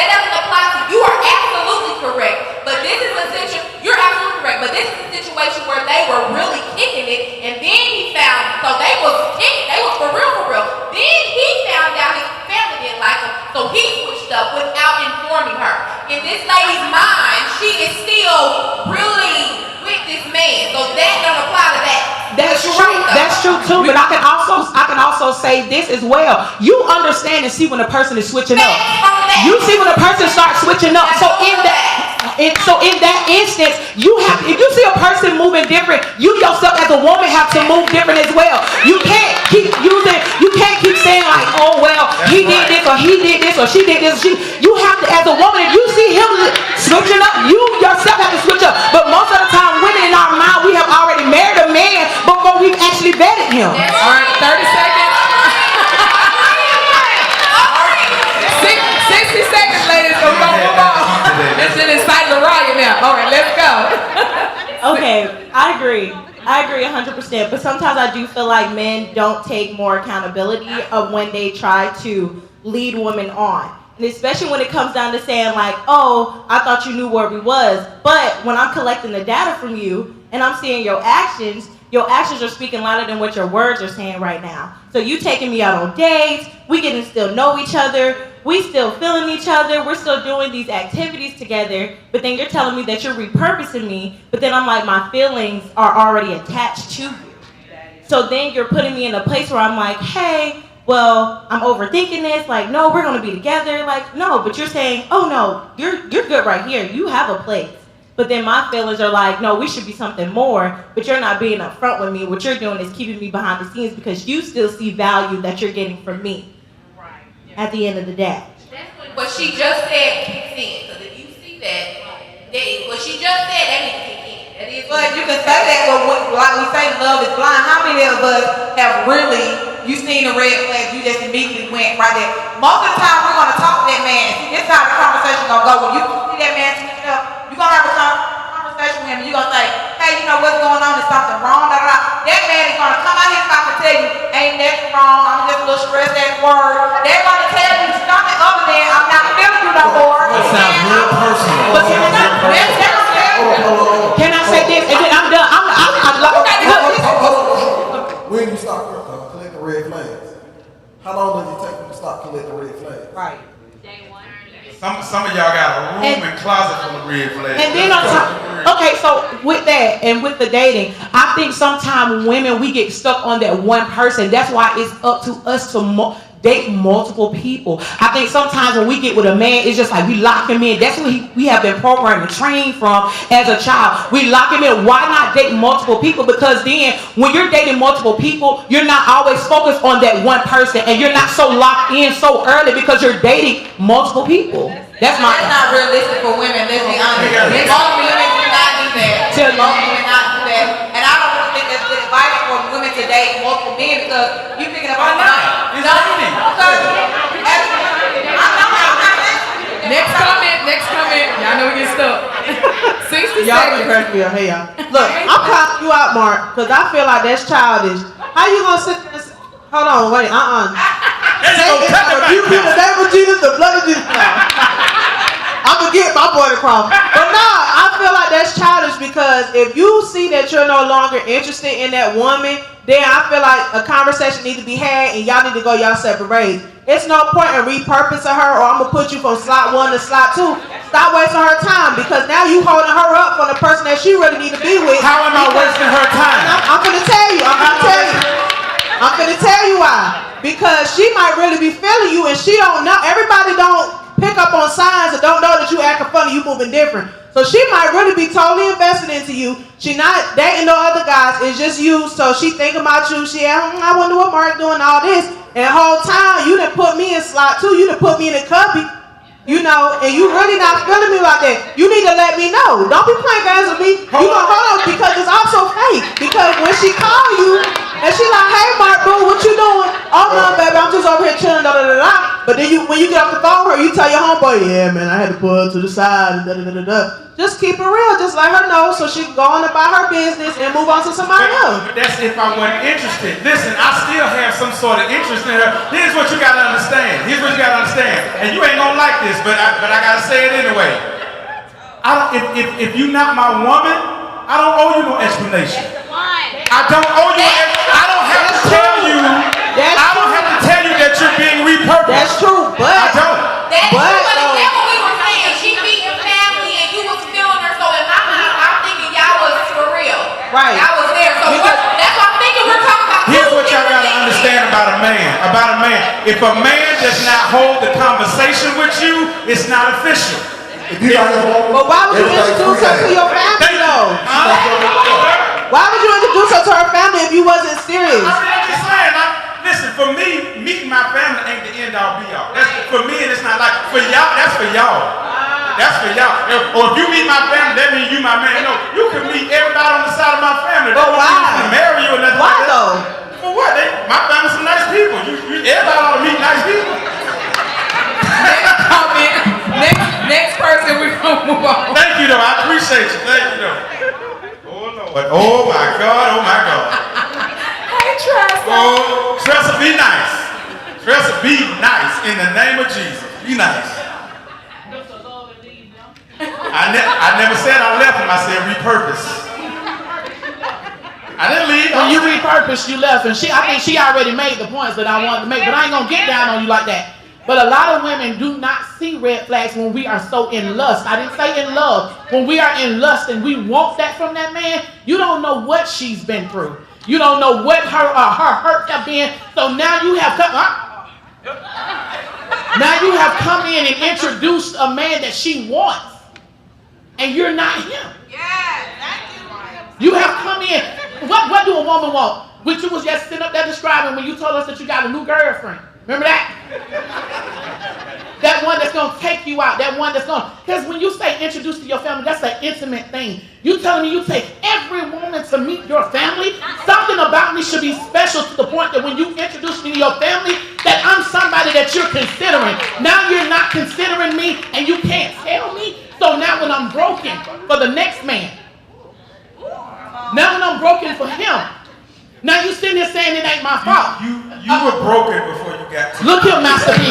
You were broken before you got to me. Look here, Master P. And it is not my responsibility. No, I'm not telling you to be accountable for her brokenness. No. But see, I think a person should be, that's why I tell people all the time, I'm not looking for my better half, I'm looking for my better whole. I need you to be whole because I'm already whole. But if you come in with ill intentions and you're not being truthful, you can break a good woman. Just like like a negative woman can break a good man. We've heard it too many times. Oh, he just been used. She used him for his money. She was doing this, she was doing that. Now he out here thotting. Now he out here thotting because she did him wrong or these women did him wrong. Now this woman is held accountable for the dirt that you had or the hurt that you have felt. But why don't you consider that when you're doing that to somebody else? Because think about that. Would you want that done to your sister, your mama? Somebody that's intimate to you. Would you want somebody to sidetrack you? Y'all women act like if a man break up with you, if he don't want to be with you, he just the most. You didn't break up with me. We went together. But if I don't want to be, I repurpose. But I'm saying though, what is that so evil? What did you repurpose her though for? I think it's a repurpose word. Yeah. There's some triggers out here tonight. Trigger warning. Can I say this? Okay. I'm sorry, y'all. We gotta go to the next question. We got several questions. I'm gonna be real quick. I ain't coming to beat up on y'all. I just came to say this is why I said character and morals are important. Because if you have character, you have maturity. Relationships, whether you're single, married, whatever, you gotta have maturity. You gotta have communication. You gotta be honest. And men don't know, women will respect them more. Yes. Even if it hurts. Yes. Tell me the truth. So that way I know what I need to do and how I need to handle and how I need to guard. They don't want you to do that. No, That's what they right. But if you lead me on by doing things that, even though we haven't had the conversation, you're my man, I'm your girl, but you're doing things that are giving me that we are together, then in my mind, maybe I'm wrong for that. And maybe in the past I have been wrong for that. Now, I require a defined conversation. Where we are, what we stand, what you're looking for. It's necessary after you've been through experiences. But moral and character, you're not going to just do stuff haphazardly because you're playing with people's hearts, playing with people's minds. And you don't want to keep leaving damaged people, men or women, for the next person. All right, good comment. We got one more. We're gonna move on. And I want to say this too because we've been told for years to look at actions versus words. look at the actions, look at the actions, look at the actions. But now, when we've been looking at men's actions for so long and they're telling us one thing, oh, I don't want this serious, but you're acting like you are in love with me, the family and all that kind of stuff. Now y'all saying go by words and not actions. So now, we got to Hold on. But proceed with caution. Proceed with caution. Okay. I know a lot of the women are going to hate me for this, but I agree with him that the conversation of parents is not the same to everybody. Like, you can meet people's parents and that's no big deal. They introduce everybody to their parents. It's no big deal. And I think that and I've been married for 9 years, so I don't want to overstep in the single arena, right? Because I'm not in that. But I think that when you're dating, it's not fair to, like, for example, I think that's a subconscious decision. Like, okay, when you walk up to your parents with somebody and they're really not interested, and either your brother or your family, they're not interested, I think it's a subconscious thing of, like, to put her on the repurpose, right? To put her on the back burner. And it's like, you still really like that person. You're still the one that's spending time with them. You're probably sleeping with them. We're in the church, but let's be honest. Because I like what one of the commenters said. She said, this is coming from a place of lust anyway. So I feel like the more lust you have over this, the more blind you are. And so it's like, when your family's not interested, I think subconsciously you're like, okay, I'm not looking at it as that long term anymore. Just like if you were dating somebody and they're like, you know, you're head over heels, and then they're like, actually I'm Muslim, or maybe I'm Catholic, or just different things, and maybe the thought pattern that you thought when they were praying to God changed, but it's like, I still really, really like you, I still really want to be with you, but like, this is different for me. And so I'm taking a step back, and I might not be ready to have a full-blown conversation with you to end it and blow up the whole thing, because it's like, you don't necessarily know where it could lead. But I think that taking your time and still filling it out makes sense if there's still interest there. And I don't think that that's lying and being deceitful and stepping on somebody's toes just because you're not having that conversation with them, just because you're not there yet. But I would encourage women also to, even married men don't do what they say they're gonna do. You can't tell by their actions. And at the end of the day, like we said, they're physical. So if he's taking you on a date and he's doing all this stuff, it's because he still wants you. Like, you're still very attractive. You know, so you can't knock him for that. So I feel like a man's never gonna stop doing those actions, but it's up to you to decide, like, how vested are you gonna be and make those judgment calls. Thank you. Thank you. Thank y'all for the comments. Thank y'all. That was good. We're gonna keep it moving. We're gonna keep it moving.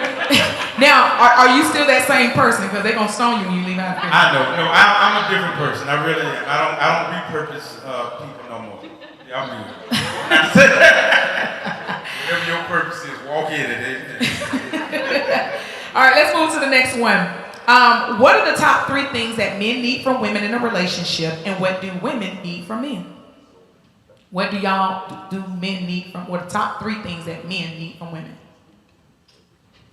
One of them is understanding. God first, then understanding. You said God first and then understanding. I need respect, I need food, and I need silence. That's what I need. Respect me, feed me, be quiet. I don't think y'all being honest. There's another S that I think y'all just trying to overlook.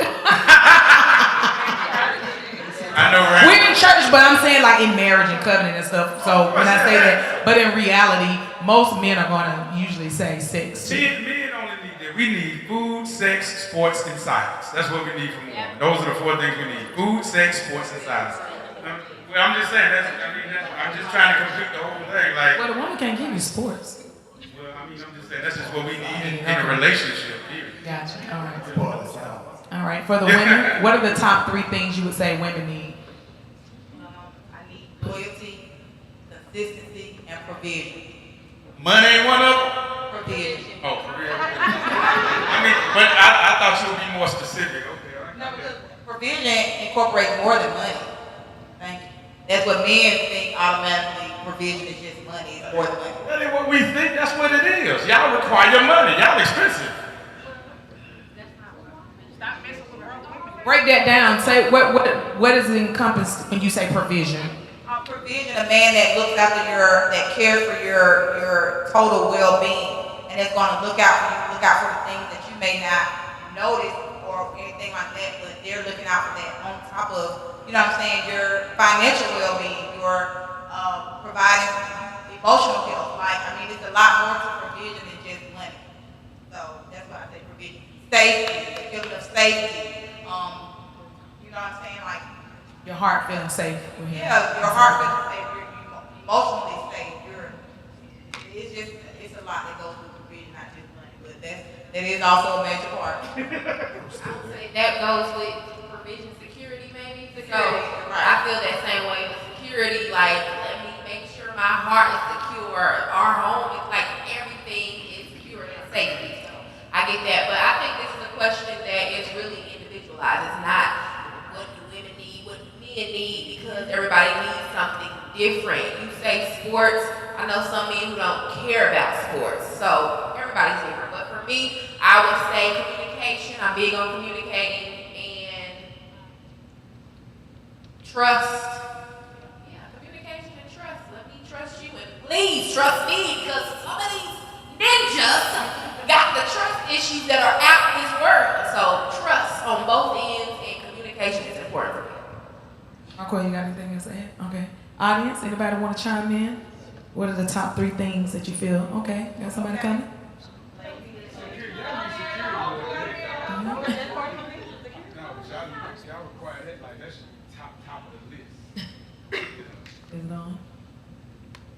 Okay, can you hear me? Yes. So it's more like a question instead of an answer. So I know all of you are like older than some of the young adults in here. I'm 22. Oh, we just got called aunties and uncles up here. They real. All right, because we really are. We really are. We're just joking. But we know there's like a generational gap between you guys and us, and there's a lot of people. Can you tell us how old are you? I'm 22. Okay, yeah. There's a lot of people my age. I would say I'm seeing a lot of people my age who aren't wasting any time. As far as like finding a foundation in Christ and like being very intentional with their time, and then future spouses. So like, what advice or like, I don't see a lot of young men in here. If any of you young men can tell us what would be your top 3 things as like dating or courting in marriage and just basically what they're saying, but from a perspective of somebody our age, because we hear a lot what they're saying, but we didn't know what y'all think. At 22, you don't know what you want. We got somebody come, we got a young man. Come on, give us your name and tell us. My name is Hakeem Linton. Is who? Hakeem. Hakeem. I'm 23. I'm married.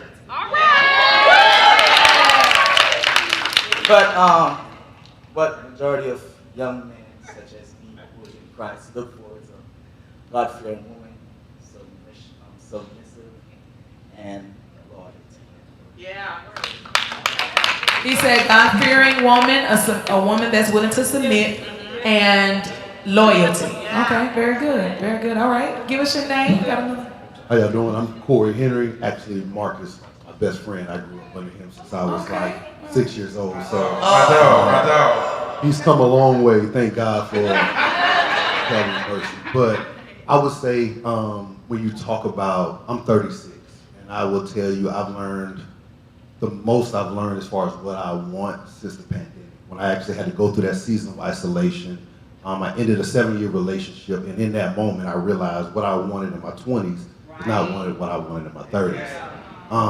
What I thought I wanted, because what we saw on social media, you know, everybody's always eating fine dining. That's not really the case. Everybody's coming out the door making 6 figures. It's not the case. And you set these standards that are not realistic, and you find yourself striving to try to get that. So I would say, number 1, communication. Stay what you want, but also plant the seed for what you want in your vision.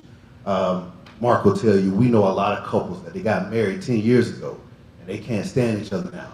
And so it's about not just thinking about what I want right now. Yeah, we want the companionship, Yeah, we want love, but am I still going to like this person in 10 years and 20 years? I can propose for you. We can have the dream wedding, but in 20 years when bodies start to change and the friends start to change, the circles start to change, are we still going to like each other? So I think friendship becomes one of the most important things. We gotta like each other in our good and our bad days. And third, just honesty. Like, what is it that I can do to be better for you every day? You know, don't always just say what sounds nice, but just always honestly communicate with you. That's my dog. I taught him everything he knows. He came up under my tutelage. Now, can I ask a question though? Sure. Me and Marquel were riding in the car earlier today, and we were having a conversation. And ladies, I just want to know, because I think it's like you said, questions like what are your top three? I think that comes down to just individual. But ladies, what's more important? Is security more important, or is potential more important? Security, I'm not saying about the potential. Security is more important? Okay, what does security look like though? Because I was telling Marquette, like the reason men get out here and we buy these nice expensive things or whatever, we go for the nice car, the nice clothes and everything, it's not for us, it's for y'all. Because when y'all see us, we want y'all to see security, but we also want you to see potential. You know what I'm saying? So when you look at a man, what's at the forefront? Is it security or is it potential? Or should I say, let me say this, potential and or possibilities. Maybe that's a better word, possibility. Is it security or possibilities? Because when you look at somebody, don't you think about the future? That's what I'm saying. Like, what does the future look like? Security is more important. Come on. All right. We're doing good. We promise we ain't gonna hold y'all all night. We just got a few more topics and then we're gonna let it go. All right. Give us your name. Hey. This event is dope. Don't y'all think? Don't y'all agree? This event is so dope. Hey y'all, I'm Jayla. I'm 23 years old. This event has been great so far. I love the conversation. It's amazing. For me personally, I would definitely say security is more important just because naturally I'm a very, very independent woman, and that has been a challenge with some past relationships because they want me to see, the topic now is submission and the topic now is let the man lead. But for me, what are you leading me to? Like, that's one. And then two, emotional safety. Like, when I'm with you, I shouldn't have to think about nothing.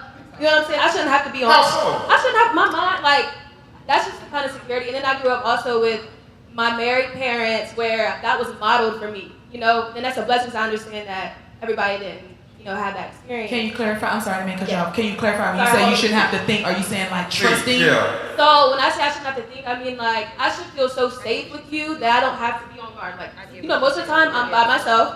I'm new to Atlanta. I'm 2 years into this. I'm from Delaware, small state. So it's very different. Most of the time when I'm by myself, I'm like, looking around like, you know what I'm saying? But I'm like, when I'm with a man, that's something I look for. If I'm still walking in that same, what some people would deem as masculine energy, I feel like that's a problem.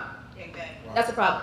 That's good, but just a piece of advice. I mean, you're young and vibrant and intelligent and everything, but don't ever put yourself in a position where you feel so safe with a man that you just become aloof. Okay, let me kind of clarify. So I don't mean like oblivious. I become oblivious. Okay, that's my mom would beat me. All right, I thought you. But nah, that's not my personality. But like, that's just the amount of safety I should feel. It's like when you know what I'm saying. Like when we're in public places. She's saying that she should be able to feel so safe with a man that she's able to step out of that masculine role and step into her soft, feminine energy without having to worry about is this man going. You know what I'm saying? You feel so safe with this man that you're emotionally safe. You feel physically safe, and you can let your guard down in a way that you can be vulnerable and be a softer version of yourself instead of being hardcore, always, on guard. That's what she means, not being aloof like. Jerica, you need a man that carry a gun and no karate. That's the case you may want to date a little older. Not too old, but maybe like 5 feet. Maybe early 30s. You think the early 30s they be sound in the mind? Somebody her age. Wait a minute.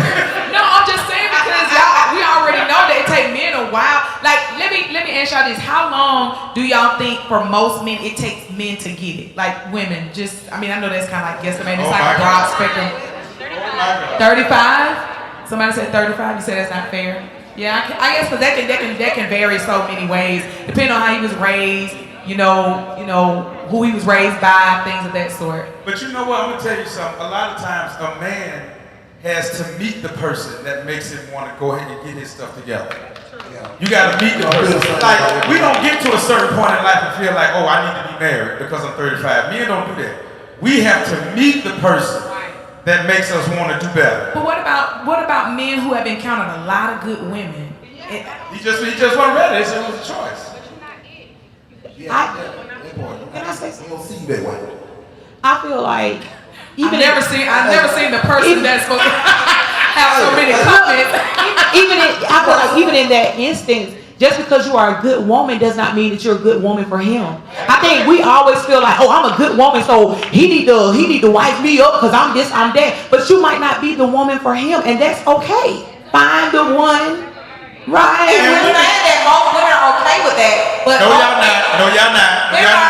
Women will respect you like other comments said when you tell the truth. But like you said, most men will not. They won't tell you the truth up front. They will lead you on because they're getting from whatever they're getting from you.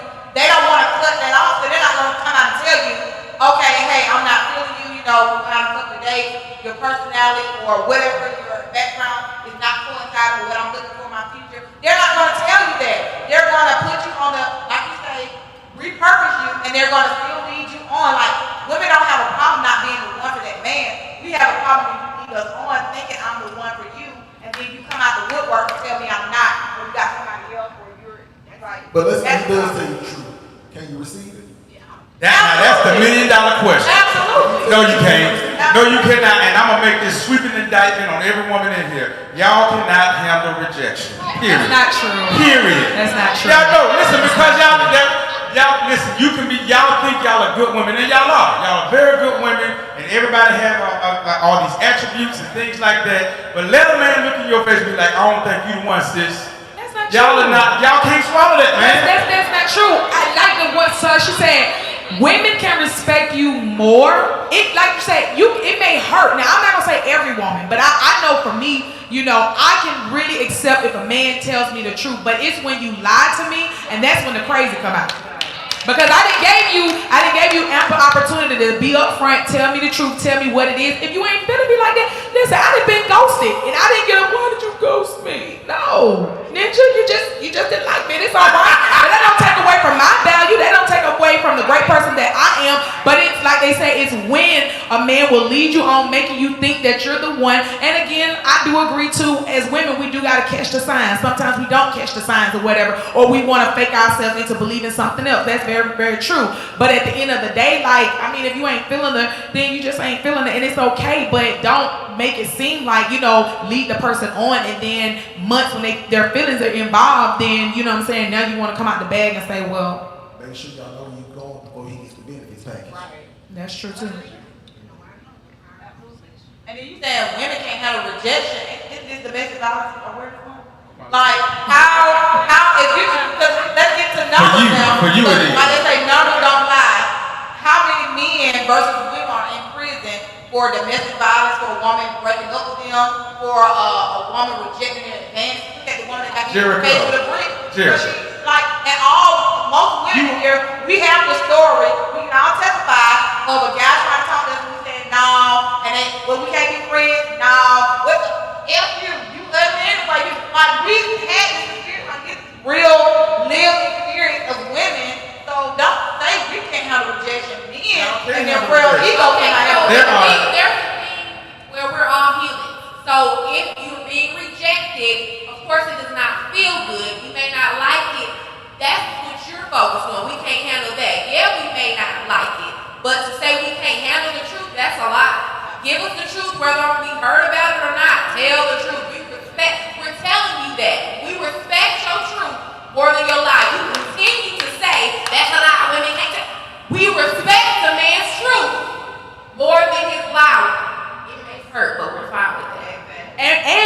didn't walk away, because I've done this. Like, a lot of times, like you say, you can read into stuff or whatever like that. The guy already told you, like, this, I don't see this going nowhere. We're not in a relationship or whatever the case may be. And, if you told me that, I won't sit up and dog you and be like, ain't nothing, da da da da. I can still walk away and say, at the end of the day, it didn't work out, but I still think he's a good dude. You know what I'm saying? I can still attach respect to your name, even if it don't work out. Versus when you lie to me, it's just a whole different ball game. And that goes back to the character, like she was saying, because the man that has character cares about how the state that he leaves you in. Even if he's not feeling you, if he got character, he's not going, because a person that has character doesn't want to put someone down or intentionally make someone feel bad. So they'll care about the state that they leave you in. So that goes back to character too. A lot of men don't have character. That's what it boils down to. All right, I think we didn't beat that horse good enough. All right, I don't think we're gonna get to all the topics or whatever. Are y'all enjoying this so far? All right. I think we're gonna get to 2 more topics and we're gonna let it go. Y'all still my friend? Yeah. Okay. Well, since you said that's who you used to be. That's how I used to be. All right. And you know what? That brings me to, I'm gonna throw this in here. Do people change? Do people really change? Yes. People change. Yes, absolutely. Okay. All right. Well, amen. All right. The next question or the next topic I want to bring up is it important to you that your significant other, be it your boyfriend, girlfriend, husband, whatever, post you on social media at some point? If they don't post you, would you think that they're trying to hide you? Absolutely. Hold on, wait a minute. So if he don't post you, then you think he's trying to hide you? Because we have to be real in this social media environment that we're in. It's part of our culture. And whether we try to deny it or not, it is. Now, it's one thing if he has a page where he only posts his business or he doesn't really post like that and he's not really a social media guy. But it's another thing if he is a constant poster, always on social media, he's posting about his other interests, because social media is your page to show your interests and all that kind of stuff. If your woman, your significant other is not your top interest, I'm not saying you gotta post every single day, but men have come out and said that if men don't post you, they're trying to hide. That's a false narrative. That is a false narrative. Because I don't post you doesn't mean that you're not in interest. I think women and like I said, once again, I'm making a sweeping indictment. I think for the most part, women put too much value on social media. There's too much value on social media. You put more value on social media than you do the person. If our company put value on social media, it wouldn't be a multi-billion-dollar industry. Let's be real. And women are not the only ones on social media. So men are on social media just as much as women are. So it's a part of our culture whether you want to deny it or not. And I can't stand it. This is one of them regret boyfriends. I don't even like thinking about it. But this boyfriend made me post him. I was like, it's not even ready. I don't want to do that. This was a long time ago. And I posted that man. So there are men who put that value in it too. But she said the right thing. If the man is not a poster like that, come on, he ain't on social media like that, you're not expecting it. But if you on there all day long, posting and sharing everything else, posting pictures of yourself, if you didn't show me, I am gonna feel some type of way. Now I'm not saying it has to be every day, every month, every year, because I'm not posting mine quite often at all. But you would know of him, you gonna see a something, a shoulder or something. You probably see it that way, but you should post your man and woman sometimes. You don't have to do it as often, but sometimes, at least once a quarter. My question is this though. My question is this. Why do we put so much value? Okay, so we had this conversation. If a man is treating you nice, if he's treating you and loving you correctly, right? He's doing everything right, he's saying everything right, and he's showing you his intentionality. No, if he's showing you his intentionality in the interpersonal relationship that y'all have, then why does all that hang in the balance based upon him posting you? Why? Why do we put that much value on that? So you're asking why do women, like he can treat you with all the respect and everything with everything else, but why does it being posted outweigh those things? Exactly. Why does posting? Why Nobody is that at the top of your? Nobody said it's gonna be this huge thing. Jerica just said yes, I require him to post me. No, she want every woman that on your page. Exactly. No. That's what it is. Let's be real, because how many men have used social media to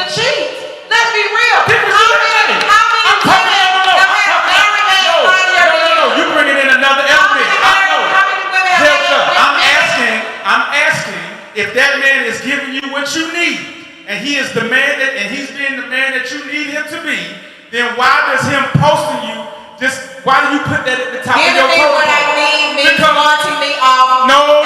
When Stephanie asked you, when she asked you when she asked the question on the show, what do you require in a man? Y'all said, well, he needs to be loving and kind and have potential. But none of y'all said he needs to post me. That wasn't even on the list. I said loyalty and consistency. Posting don't mean loyalty. It's hard to test loyalty. That big of a deal, but we will feel some kind of way. You're making it big. No, I'm not. No, y'all making a big deal. Y'all making a big deal. No, I'm just saying though, but this is why we're here. Let's discuss it.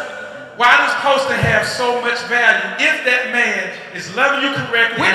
We're not saying that it's right. I wouldn't say that it's right that it should outrank how he treats you if he's treating you good. But it's just a woman. It's a thing of ours. Like everything that a man treasures, he flaunts off. When you got a new car, you flaunt it off. When you got, a new gadget or something like that, you flaunt it off. So if a woman, the most valuable thing that's gonna, marry you, birth your children, sex you, whatever, feed you, all of that, if this ranks higher than everything else, why wouldn't you post her? And I'm not saying that everybody is a poster, but I'm just saying, like they said, for a guy who is a frequent poster, why would you not? It does come off to a woman that you're trying to hide her. No, what about the people that post memes out there, but they don't post nothing about their life? You know what I'm saying? But he's a poster. He posts. I just said he posts his everything. business or something like that. But even in that meme, do a break where you pay this about the money. Because just as men do things that kind of like mark their territory, women use this as a avenue to see how serious this man is about me. If he's willing to lay all That's wrong, Jared. That's wrong for you to put that kind of value into social media. No. That's wrong. Social media has value, period. That's why it's a multi-billion-dollar industry. It does. If the social media didn't have value, why are influencers getting paid millions of dollars just to live stream or to promote a product or whatever? It has value. So let's be real. I have seen men post pit bulls from the time they're in the wealthy box all the way to their home, and you will never know these men value. I think everybody can agree that when it comes to social media, consistency of who you are is what really makes the difference. So if you're not a poster, then don't expect him to post you. If you are a poster, if you're a meme poster, then that's not the same thing as a lifestyle poster. However, y'all didn't qualify it though. She qualified. Let's separate it, right? Because there's levels to it. And so when it comes to a man that is in love with you and showing you all these signs, and he is a lifestyle poster, then that would be a red flag if he never expressed any type of engagement with you on social media, posting you, or putting in a relationship.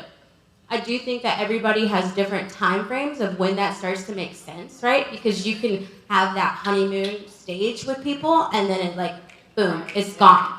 And then you don't want to just be posting all these people, and then next thing you know, everybody's like, what's going on with them? They're always in relationships. But I do think that just like it's kind of the difference of a wedding versus a courthouse. When it comes to a wedding, the wedding isn't really about you. It's about everybody being able to witness your marriage and your union and you being together. Just like social media. It's everybody witnessing. You have exes on there. You have family on there. You have all these people that are attached to you from the past and people that are just connected. And so basically when you leave that person out of that world and you are expressing your lifestyle, then that's a direct reflection of, I'm trying to hide you. Now, maybe you're not ready yet, and that might be understandable, but after a reasonable amount of time has passed, then it starts to be, okay, what kind of double life are you living? So if I don't post something, a double life? Come on, young man. Hold on, wait, not really, but we're going to go. Give us your name. Hey, y'all, I'm Thomas. Hi, Thomas. All right, so coming from somebody that's not really a poster like that anyway, I don't really want you posting me like that on your page. We get that. Yeah, I'm not really gonna post you like that. Eventually, we'll probably get there, to like after we discussed it or whatever. But like, I don't think it's such a big deal. I know what you were saying, like it's such a big like $1 billion or whatever.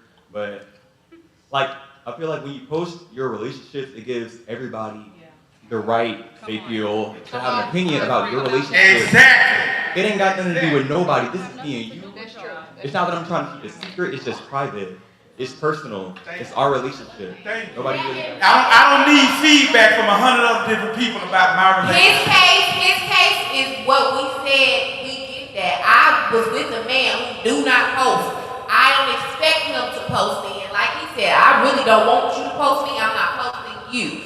So I get that. But when you are not that man, but this other type of man, what type of red flag or what type of double life are you living? Because you're not gonna stay in that space, Angela. You're not. At some point, you're gonna. Ladies, how many of you at some point do you require your man to post you?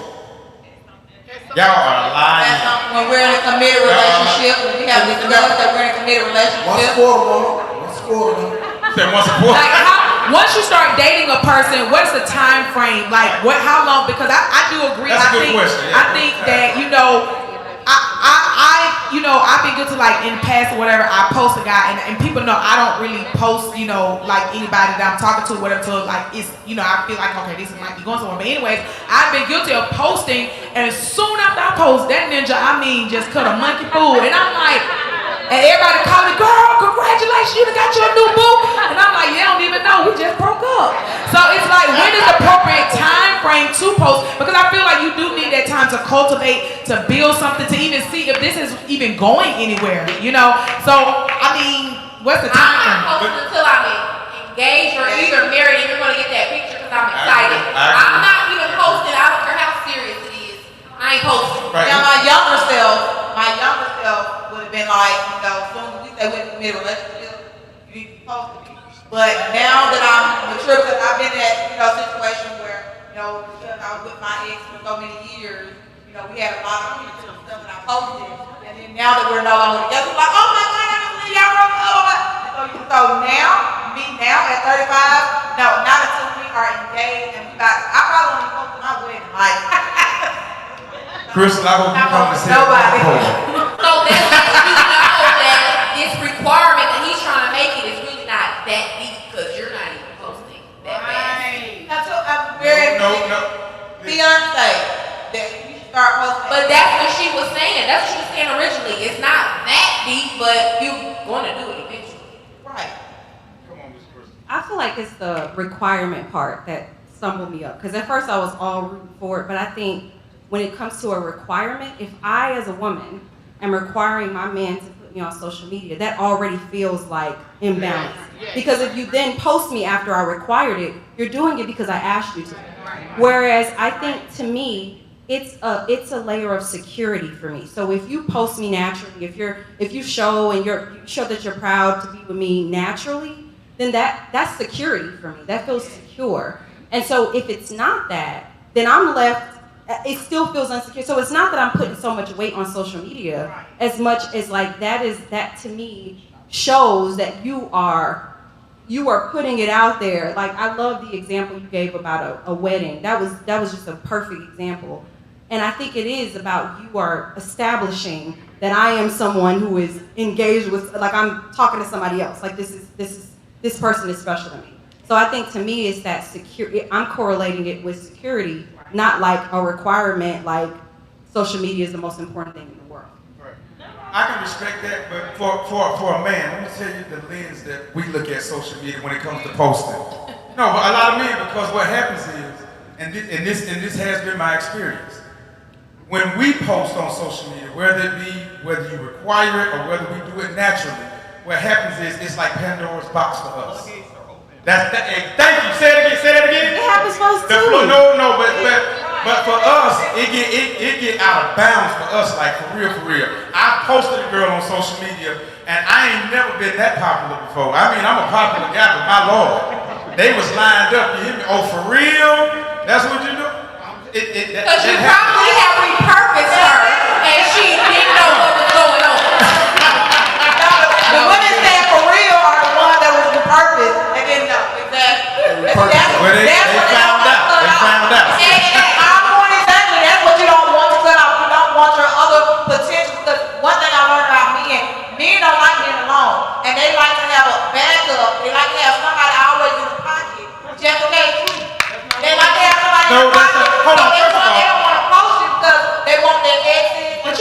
you're not gonna post till you get engaged. So what you? Yeah, Absolutely, when we're engaged, absolutely, because this relationship is serious. What you afraid of? What you afraid of? Okay. If that man, if y'all been dating 3 months and that man say you can I'm not post saying it, 3 months. I'm talking about a real woman.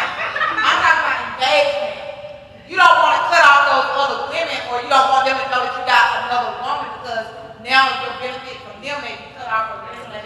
So that's the real reason why men don't want to post them. You can't give that false indictment. All right, we have someone, and we're gonna move to our next topic. We're gonna call it a night. Hello, beautiful. Give us your name. Hi, I'm Jalen. I would say really briefly, I've had a very serious relationship where I was being posted frequently and I was still being cheated on the entire time. So I do think that as far as security goes, that should be a very superficial layer, because a man posting you does not necessarily that he's being faithful to you. It doesn't mean that he is going to make you feel secure offline in real life. And so I would really take that with a grain of salt. And like the man of God said, honestly, if he's giving you what it is that you need in real time, I probably wouldn't put that much weight on what he's doing online, because who he is in real, I mean, in social media, we know a lot of stuff is a facade. So I would take that with a grain of salt. If he's a good man in real life, don't sweat that as much, the social media. So that is so good, but there is layers to this. There's levels to this. Those are all facts, but these are facts too. So those are facts, and it shouldn't. That's why I'm saying it's not even that big. But if you are a poster, come on, I bet you in your loving, committed, good relationships, I bet you your man a poster. you know what? I want y'all keep it real, man. It's about validation for y'all. I mean, for some, it's security. It's security. I agree. But for the most part, it's validation. If I don't want to be posted, I'm not posting you often at all. So it can't be what you're trying to make it. No, it's validation. It's a form of validation. What's wrong with that? What is wrong with that? Why do you need validation from a bunch of strangers? It's not validation from, we're not looking at it from the strangers. You don't even know these people. We're looking at it from our man perspective. Like, my man is proud enough of me to post on his social media to let his friends and family. No, you know what? I'm proud of you. That's why I'm with you. That's why I'm with you, because I'm proud. I'm proud, so I'm with So you. even in the animal kingdom, okay, let's break this down to the animal kingdom. Yeah, we're gonna let it go. You got 60 Even seconds. in the animal kingdom, you have different animals. When they're choosing a woman to mate, they will get around the other male animals and they will boast and they will show themselves, like even a peacock will lift his feathers up even higher. They can dance and rituals and all these kind of things to get the woman's attention. And so they other men know that this is mine. I am marked this territory. So if an animal, What's the qualifier in that scenario? But what's the qualifier in that scenario? They're around people. They're not online. You can't see them people out there. If I'm showing my see, it be getting good. Social media is, at the end of the day, it's really not that deep, but since we're talking about it, that's why I'm You say that, but you approached it like it was deep though. Because we're talking about it. So what is it? Is it not deep or is it deep? Yes. You know what? See, all this up and down emotional roller coasters. This is our last topic, and we're gonna let it go. All right. Why is it that some women require that a man act like a husband during the dating stage, providing funds and resources, but they won't do wifely things for him like cook and clean until or unless they're married? Y'all should have been lining up on the wall. Come on. At least 8 of y'all should have got up. Ladies, that's a good one. As women, do you feel like most women require a man to act like a husband? These days it seems like they do. And for me, I'm a do me. I'm cooking for mine. He gonna get some good old meals, and he gonna do for me, and I'm gonna do for him, and we gonna do us. What are the levels like? I mean, how much is like? What would you expect a man to do if you're only dating? Like, you know what I'm saying? Are you expecting him to feel? All of us, if we are dating to be married or dating and being serious, you're gonna have to see husband qualities. You're gonna have to show me something. He's gonna have to see wife qualities, or how's he gonna know you're his wife? How is he gonna know if he's not seeing that you're being a wife, that you can be a wife? You're going to have to show something. Go for it. Okay. Yeah. Okay. So women, y'all like to ration y'all's love out. You know what I'm saying? Y'all put timetables on everything. But like I said, a lot of women require a man to listen. I need him to when I heard a woman say when she go out, she ought to be able to leave her purse at home. She ought to be able to leave her wallet at home. Well, I'm just saying though. So that's what you require. What about what he requires? You know what I'm saying? Require what he wants to. Everybody's entitled to require what they want to require.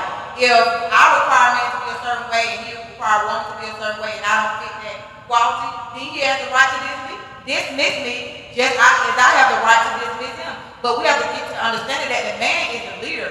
A lot of times, these men, these society these days, they don't want to be the leader. They want to, well, if I got to do it, why the woman can't do it? If I got to go out here and work, why the woman can't go out here and work? If I got to pay the bill, why the woman can't help me on 50%? Like, where is What's wrong with that? What's wrong with 50-50? Where's the leadership in that? Leadership? No. I thought marriage was a partnership. That's what I was told. Marriage is a partnership. So are you going to be 50% help raising the kids, 50%? Yes. That's typically not how it has to work. No, listen, if we got a family, if we got kids, I'm supposed to be in them kids' lives the same amount you are. You don't know how many stories I hear of women who say they are married single mothers. They feel like married single mothers. That's wrong. It may be wrong, but children naturally gravitate to their mothers as caretakers and their nurturers. So most of the time, women who have to work and pay 50%, she still got to take care of the kids. She still got to do most of the household duties because that's naturally what a woman does, and naturally a man cannot do that. I still gotta feed them kids. I still gotta clothe them kids. I still gotta get up and go to work. You know what I'm saying? Okay, when you doing it and I'm doing it, so what's the problem? Because the problem lies in because the woman is going to get short. Y'all don't want to do that. You will be when you have children, honey. Exactly. Hold on, no. See, y'all looking at it from I'm not talking about from a single mother perspective. I'm talking about from a marriage. Right, a marriage group. It ain't supposed to be 50-50. Because the story of women saying they feel if like one person is more than the other person, then that other person is slacking. That other person is slacking. If I'm doing 80 and you doing 20, you're slacking. You are slacking. One at a time. Come on, married lady. Come on, Mary. My name is Rebecca. Hi. I'm a mother of 3, 37, right? Here's the thing. Your kids do come to you as a mother. However, when you're in a relationship with somebody and their kids involved, right? At the end of the day, you need to have that conversation about what the dynamic of the household is going to look like. Because if I'm rearing the children and I'm taking care of you, I cannot do everything. I am not going to clean the house by myself. I am not going to make all the meals by myself. If a woman thinks that that is her job or is that what she's getting from her guy, she needs to reevaluate that relationship and she needs to reevaluate herself. Because I was not born to be your mate, okay? That's not gonna happen. Thing number 2, I look at it like this. At the end of the day, if I say, hey, babe, I got these kids, I'm tired, I'm exhausted, you should be able to see that without me opening up my mouth if we're in this relationship together. Just like if I see, okay, if I'm a stay-at-home mom, this is my true life. I was a stay-at-home mom in the beginning. My ex was like, okay, I'm working. Before he came out his mouth and said he was stressed, Shorty went and put the baby in daycare and got a job. But when I got stressed, he was like, okay, you know what? Let's take the baby out. You stop working for a while because it's too much on you. You gotta be able to read your partner. Otherwise, you're not in a real partnership. That's good. That's good. All right. Snap it. So I'm a mom of 3, and I'm also married. And it is truly a partnership, but it's not 50-50. Come on. You pick up what your partner can't. So therefore, when my children need to be a place and I can't do it, my husband's doing it. And so we match each other's energy all the time. So if I can't go and pick the kids up from school, he's going to make sure those kids are picked up from school. If I can't pay them, meet the light bill, he's covering that light bill. So it's a partnership, and you've got to have that communication to be able to let your partner know what you need help in that moment. So what you're saying is the partnership should be fluid. Yes. It should be it's fluid. about the communication. Okay. Mm-hmm. I can respect that. I respect that. I agree with her. there's no such thing as 50-50 in any relationship because it's really basically balancing strengths and weaknesses. But at the same time, because we are in the church, and I do want to bring it back to the Bible, we have to look at it as what is a Proverbs 31, right? A Proverbs 31 was a woman that worked. She owned land. She had servants. She was getting up early. She was doing for the kids. She was doing all kinds of things. And I kind of compare it to when you look at when you were making the example of animals and their kingdoms, lioness and lion. What does the lion male do all day? He protects the family. If there's somebody that's going to come and attack the pride, then he's there for protection. He eats first. But other than that, she's going out, she's hunting, she's taking care of the kids, she's taking care of business, she's doing all of that. And guess what? She's not coming back to the pride complaining. That's right. Right? She's not complaining. And that, to me, mirrors what a Proverbs 31 woman does. She goes out, she gets it. She also comes home, and she's getting it at home. And she's just a good, solid, disciplined woman all the way around because God is her source. So it really doesn't matter what he's doing. Now, I do think that there is a piece to that of responsibility that a man does need to take. But at the same time, I think when it comes to maturity in marriages, men take a long time to mature, especially if you're looking at the ones in the Bible, right? It took way before they really started walking in their purpose and their call. And so I feel like it's not for us to be like, well, I'm doing this. What are you doing? You're not doing enough. It's you grind as hard as you can. You trust God. You pray for everything. You go out and get it. And then what he's able to contribute and do with the kids, then you do that. But I also feel like it's breaking down the mindset of you don't have to do it all on your own, and you also don't have to look at him to do it. Hire somebody.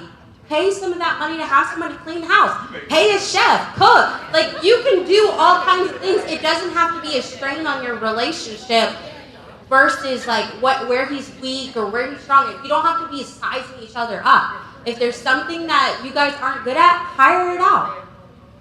And I would say this too, a lot of people misinterpret Proverbs 31 because Proverbs 31 was interpreted for a woman that because her husband wasn't picking up the slack. That's why she had to do all that. Naturally, in those times, women did not do physical labor like a man. When God made Adam, he gave Adam all that he needed to be able to sustain before he brought Eve into this world to be his helpmate. We were not supposed to be building up a man. It's just not how it goes. That's incorrect. That is incorrect.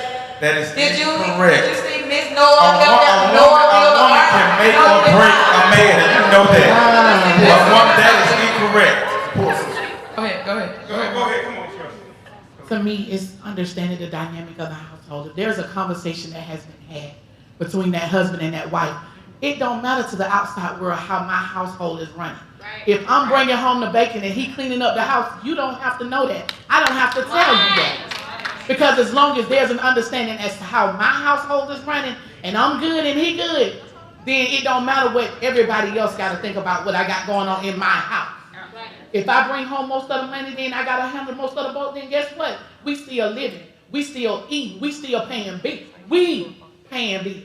It ain't, how much did you contribute? You contribute $50, I contribute $50. Did you give 100? I'm going to give 100. It's never going to be 50-50, ever. And that comes from being married.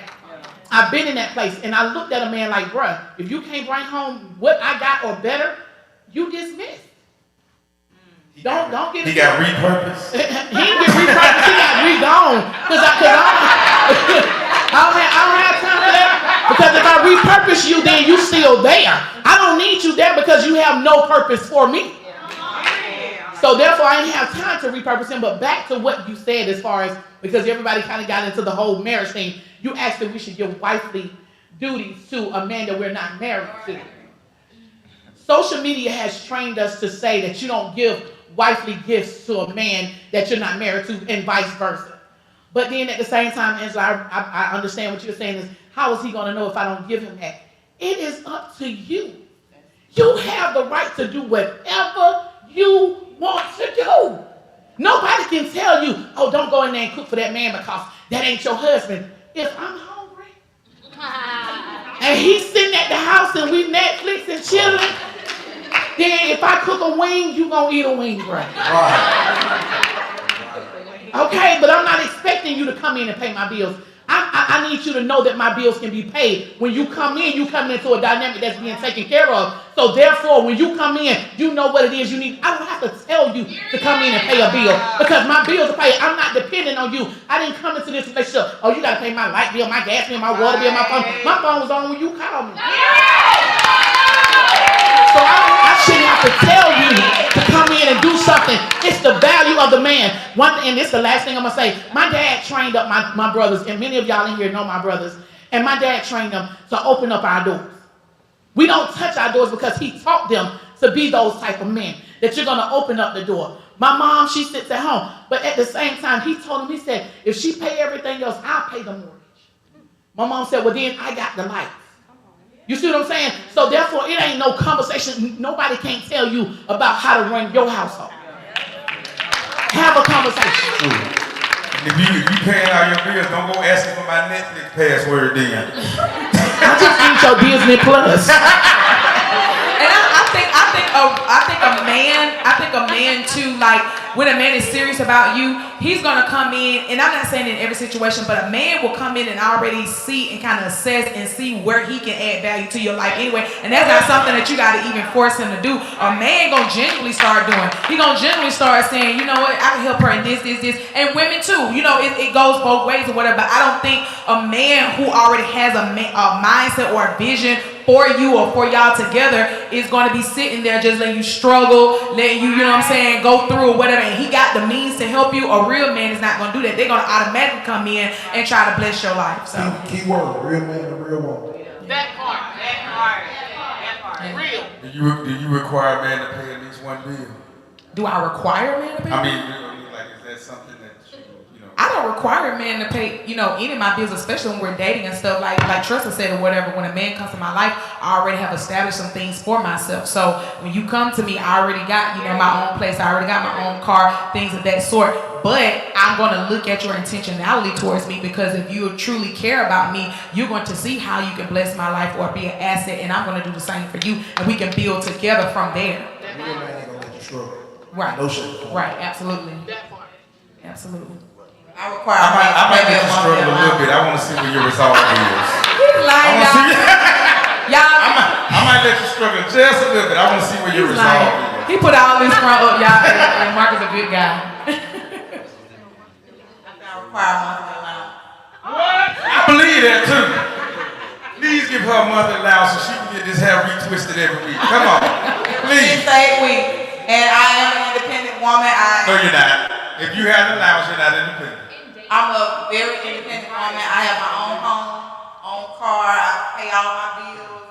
I'm very independent. But if a man comes in my life, some things I'm gonna have to be able to lay aside. Now, I'm not the type of woman that's going to have a man in my life and I'm still doing everything. And that's not cool. What's the first? What do you require? If he come in, what do you got to pay or what do you got to do? And at what point? A monthly allowance. A month?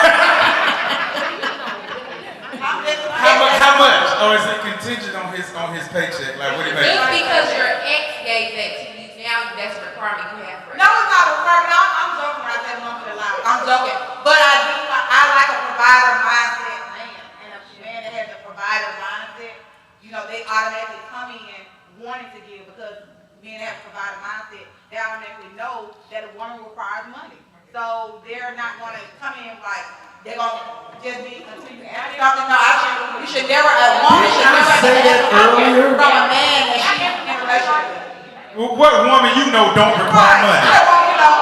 No, Vanessa, don't you start that.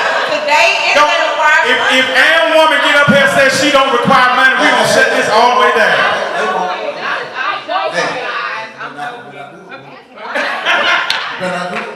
Okay, go ahead. I just have a question. I don't genuinely understand this, so I need this to be unpacked.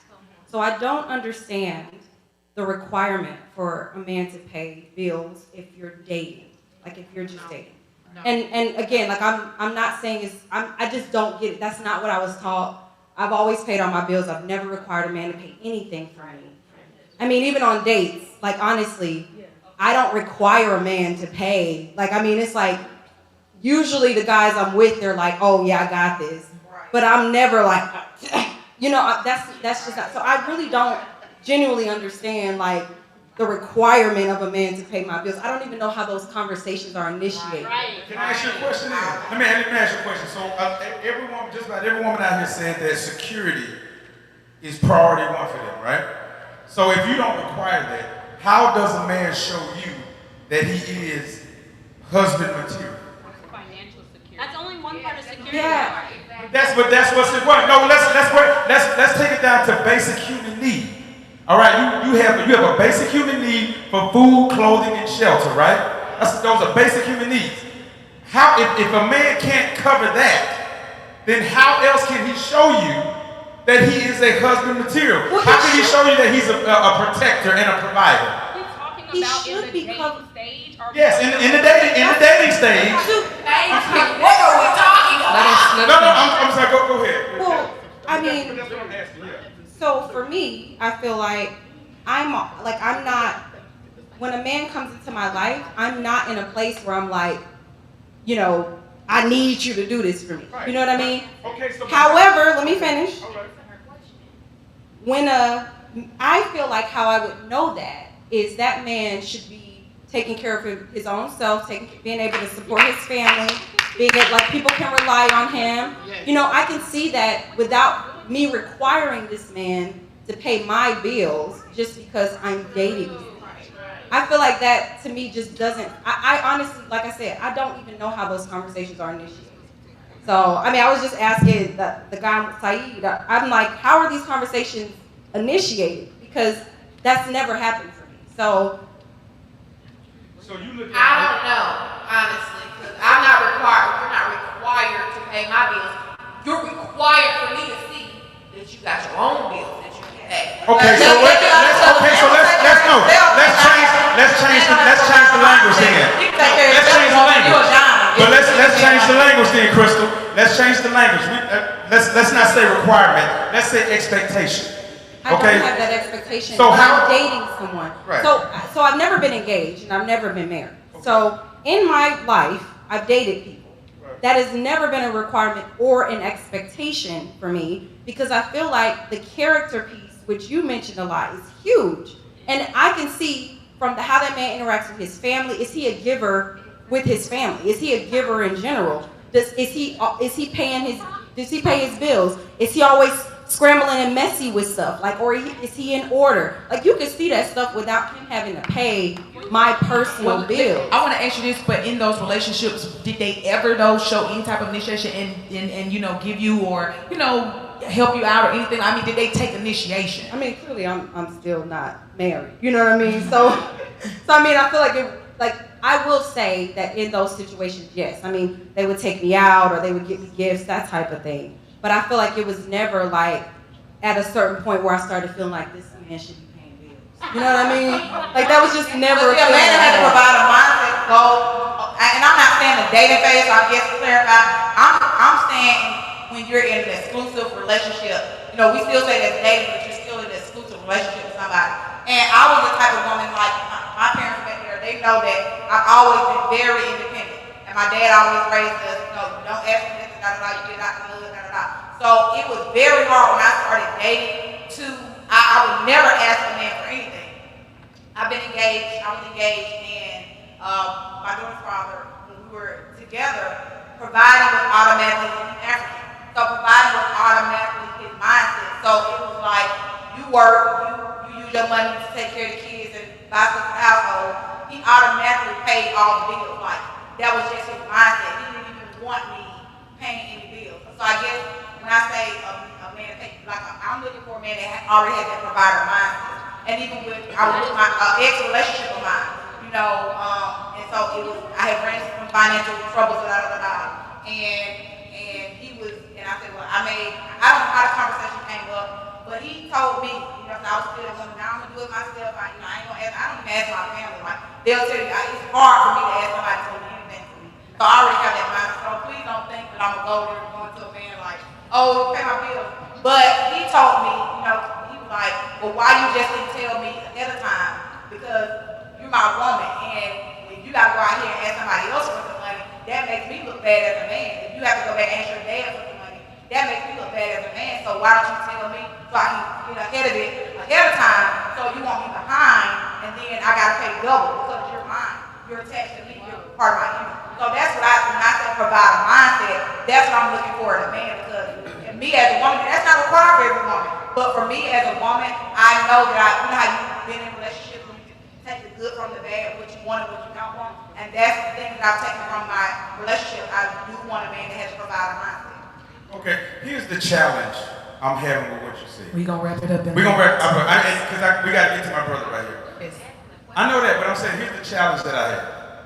You said that, you know, you look at how a man takes care of himself as a gauge, and his family as a gauge to see if he can take care of you. Well, here's the challenge I'm having with that. Because what I need to take care of me may be different than what you need to be taken care of. As a man, I don't need a whole lot. I may be good with eating Cheerios for dinner. I may be about money. no, that's what I'm saying. I may be good with eating Cheerios for dinner. I may be good with not having a whole lot of furniture or whatever, or having the best place to live, or living in the best neighborhood, or driving the best car, or whatever. I may be good with meager accommodations. That's what I require. You know, what you need to be taken care of may look different. So that's why I'm asking, how do you get, if a man does not contribute to your life on some sort of financial scale, how do you know if he can be that husband, that provider, that protector, those things that you personally need to be taken care of to feel secure? If you're just looking at what he does for himself, because like I said, his requirements may be different from yours. I think you are missing what I'm saying. I am talking about the character of being a giver and a provider. I think that that's deeper than just you have the physical salary, physical money to be able to pay for things. I think if you have the character of being a provider and a giver, that can be seen. And that is, I mean, character, you can see that. That's on display for me to see that you have that level of character. So again, like I'm saying, like I haven't been married, so I haven't had the experience to say, oh, this is backed up. But what I'm saying is, from my relationships, I've seen that particular thing can be seen. And it's not about like the amount of money, you know, can this man do both? You know, pay for me and pay for him. The other thing I wanted to say, just real quickly, is this independent woman thing. Like, I guess I will fall into that category, but I wish I didn't have to. You know, like I just so happen to be a 30-plus-year-old woman who never got married, so I better be trying to figure out how to pay my own bills. I didn't grow up with parents. You know what I'm saying? So I have to do that. So this idea that, you know, a woman is just, what am I supposed to be doing? Like, I have to be independent. I have to have these things. I have to have the degrees, that type of thing. So I just wanted to make that comment because I think a lot of times we put that in a category as if a woman chose that, when really it's just like, what are the other alternatives? Like, I wish I could be soft. You know what I mean? Somebody please relieve me of this. You know? But it is what it is. So. Uriel.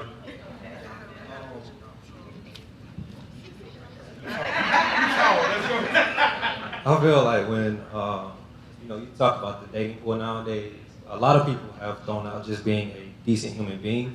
Right. We have like a lot of requirements, and it's like we don't take those back up to like the requirements that God had for us individually, right? Right. So like you said, how do you know somebody's that person for you without it, you know, them, you know, beating your life like that, financially or in that state? When you think about it again, it's like, even if I was blind, I would know. Like the Bible says, you would know something about their fruit, right? So it's like, some people I can know just by how you talk. Like if you're a good person, or if my spirit man gonna let me know if I really need to be dealing with you. Right.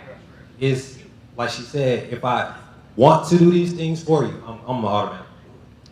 Like my girlfriend now, she knows if she goes to a door, I'm smacking her hand. Because it's like, no. You hitting women? Yep. Yeah. Okay, I'm hitting your hand because it's like, I want to be just that man for you. Like you can see on some people, when, not saying that you haven't had, but you haven't had this, the way like, you know, for you. Like,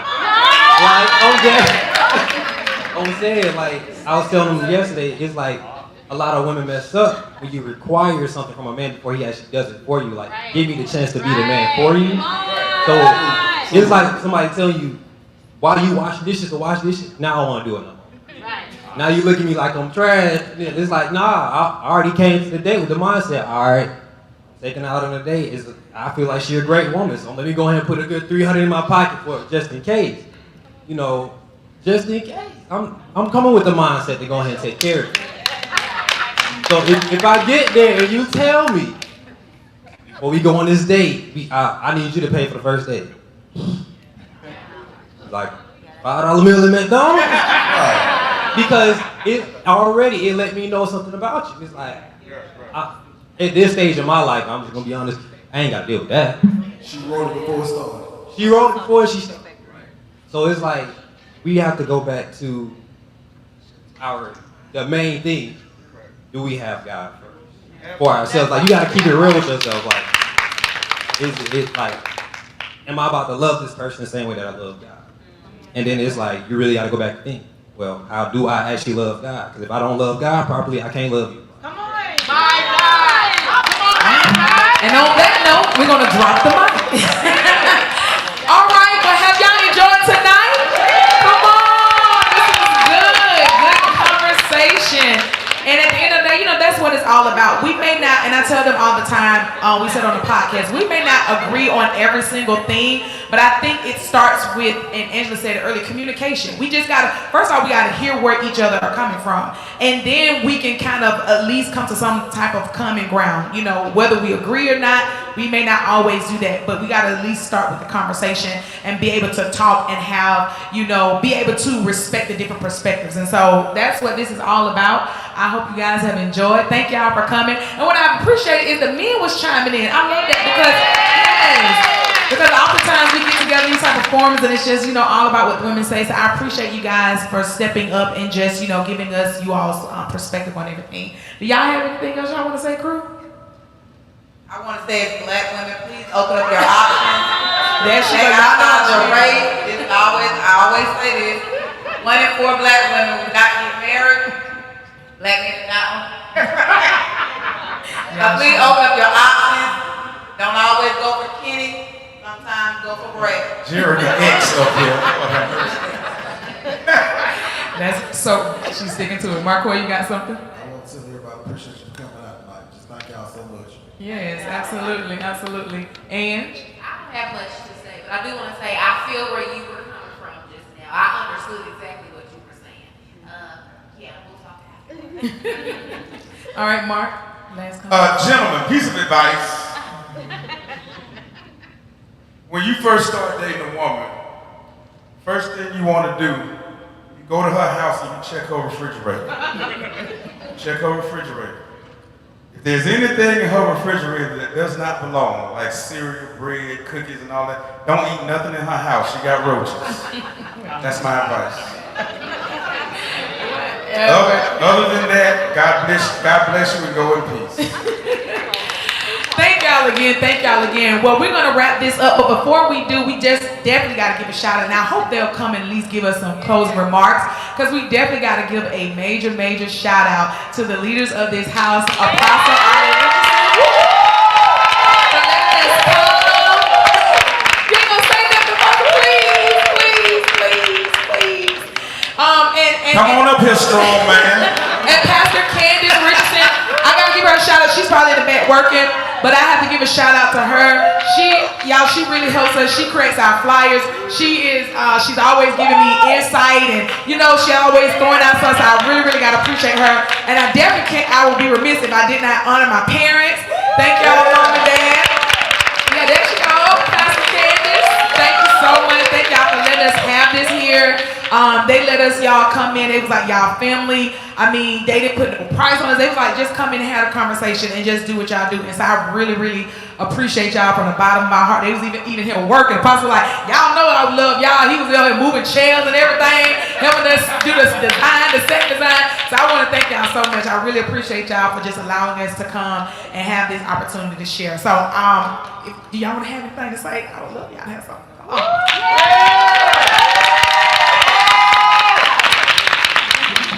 y'all. We get spicy in here. I know, right? The word of the night is repurpose. But we're definitely excited for Stephanie and all of you all. Amazing job. I watch every other Tuesday. I'm really enjoying what you guys have going, so I definitely want to encourage you to keep going, keep moving forward. You have something great, and I know it's going to be amazing. Moving forward. I thought it was good. It was really good, and the engagement was awesome. I just think we should already be planning to do this again. Yeah. But y'all like this, if we did this in person again, it was good. So you had all of the engagement here, and then there are hundreds of people that are watching online, going in on you.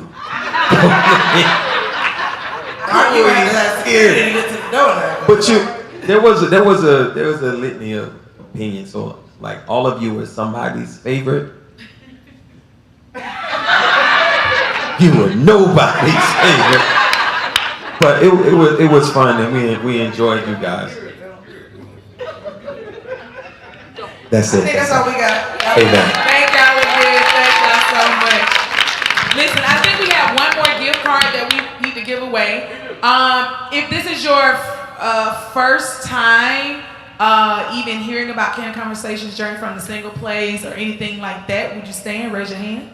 Okay, awesome. She raised her hand first. So come on down. $25 Nike gift card. Thank you so much for coming. Give it to your boyfriend. Give it to your boyfriend. Give it to your man. All right. Well, You can repurpose that gift card. Give it to your man. Go ahead. Get your man in the other part.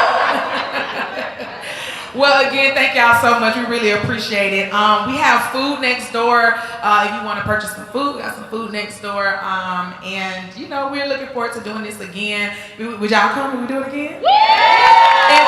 In fact, what we want y'all to do is you can submit topics to us, because, we are always open or whatever to have a conversation about what others want us to talk about. So, again, thank y'all so much for our first live show. Thank y'all. Appreciate y'all. Thank y'all for coming. We're gonna dismiss. Can we go in prayer? I know this is a podcast show, but can we leave out in prayer? I'm gonna need some prayer. It looks like it. I gotta make it to my car. They been looking at me funny all night. We just talking. I got some rocks in my trunk. I need to borrow some. Anybody feel like to pray? Want to pray? I'll pray. Come on, Wonder Woman. She Wonder Woman. With her sparkling shirt. We're going to pray. Father, we thank you, Lord God, for your goodness and your mercy towards us, God. We thank you for this amazing night that you've allowed us to come together and share, God, in fun and laughter, but God, in all seriousness, having real conversations and dialogues, God, between men and women. We thank you, Lord God, for the insight. We thank you for the wisdom and revelation. We thank you, God, that even as we leave this place, God, we believe that we will leave better, God. We will leave with more insight, and we'll leave learning more about ourselves and knowing more about ourselves. We thank you, God, for blessing us, and continue to bless our homes, continue to bless each and every person that came out tonight. We ask, God, that you would continue to give us the grace and the wisdom to grow, and give us the grace, God, and the ability, God, to give others grace, Father. We thank you for all that you're doing. We ask that you continue to bless us, bless our entire week, and bless us even as we go on tomorrow, God, in our worship service. We give your name the praise, the honor, and the glory. It's in Jesus' name we pray. Amen. Amen. Love y'all. Hey, listen real quick. This coming Tuesday, we back on. The show is coming on 8:30. And it's on the platforms. It's on Facebook Live. It's on YouTube and everything. So this coming Tuesday, 8:30. Y'all tune in. All right. I'm Stephanie Caldwell, official Stephanie. God bless y'all. Appreciate y'all.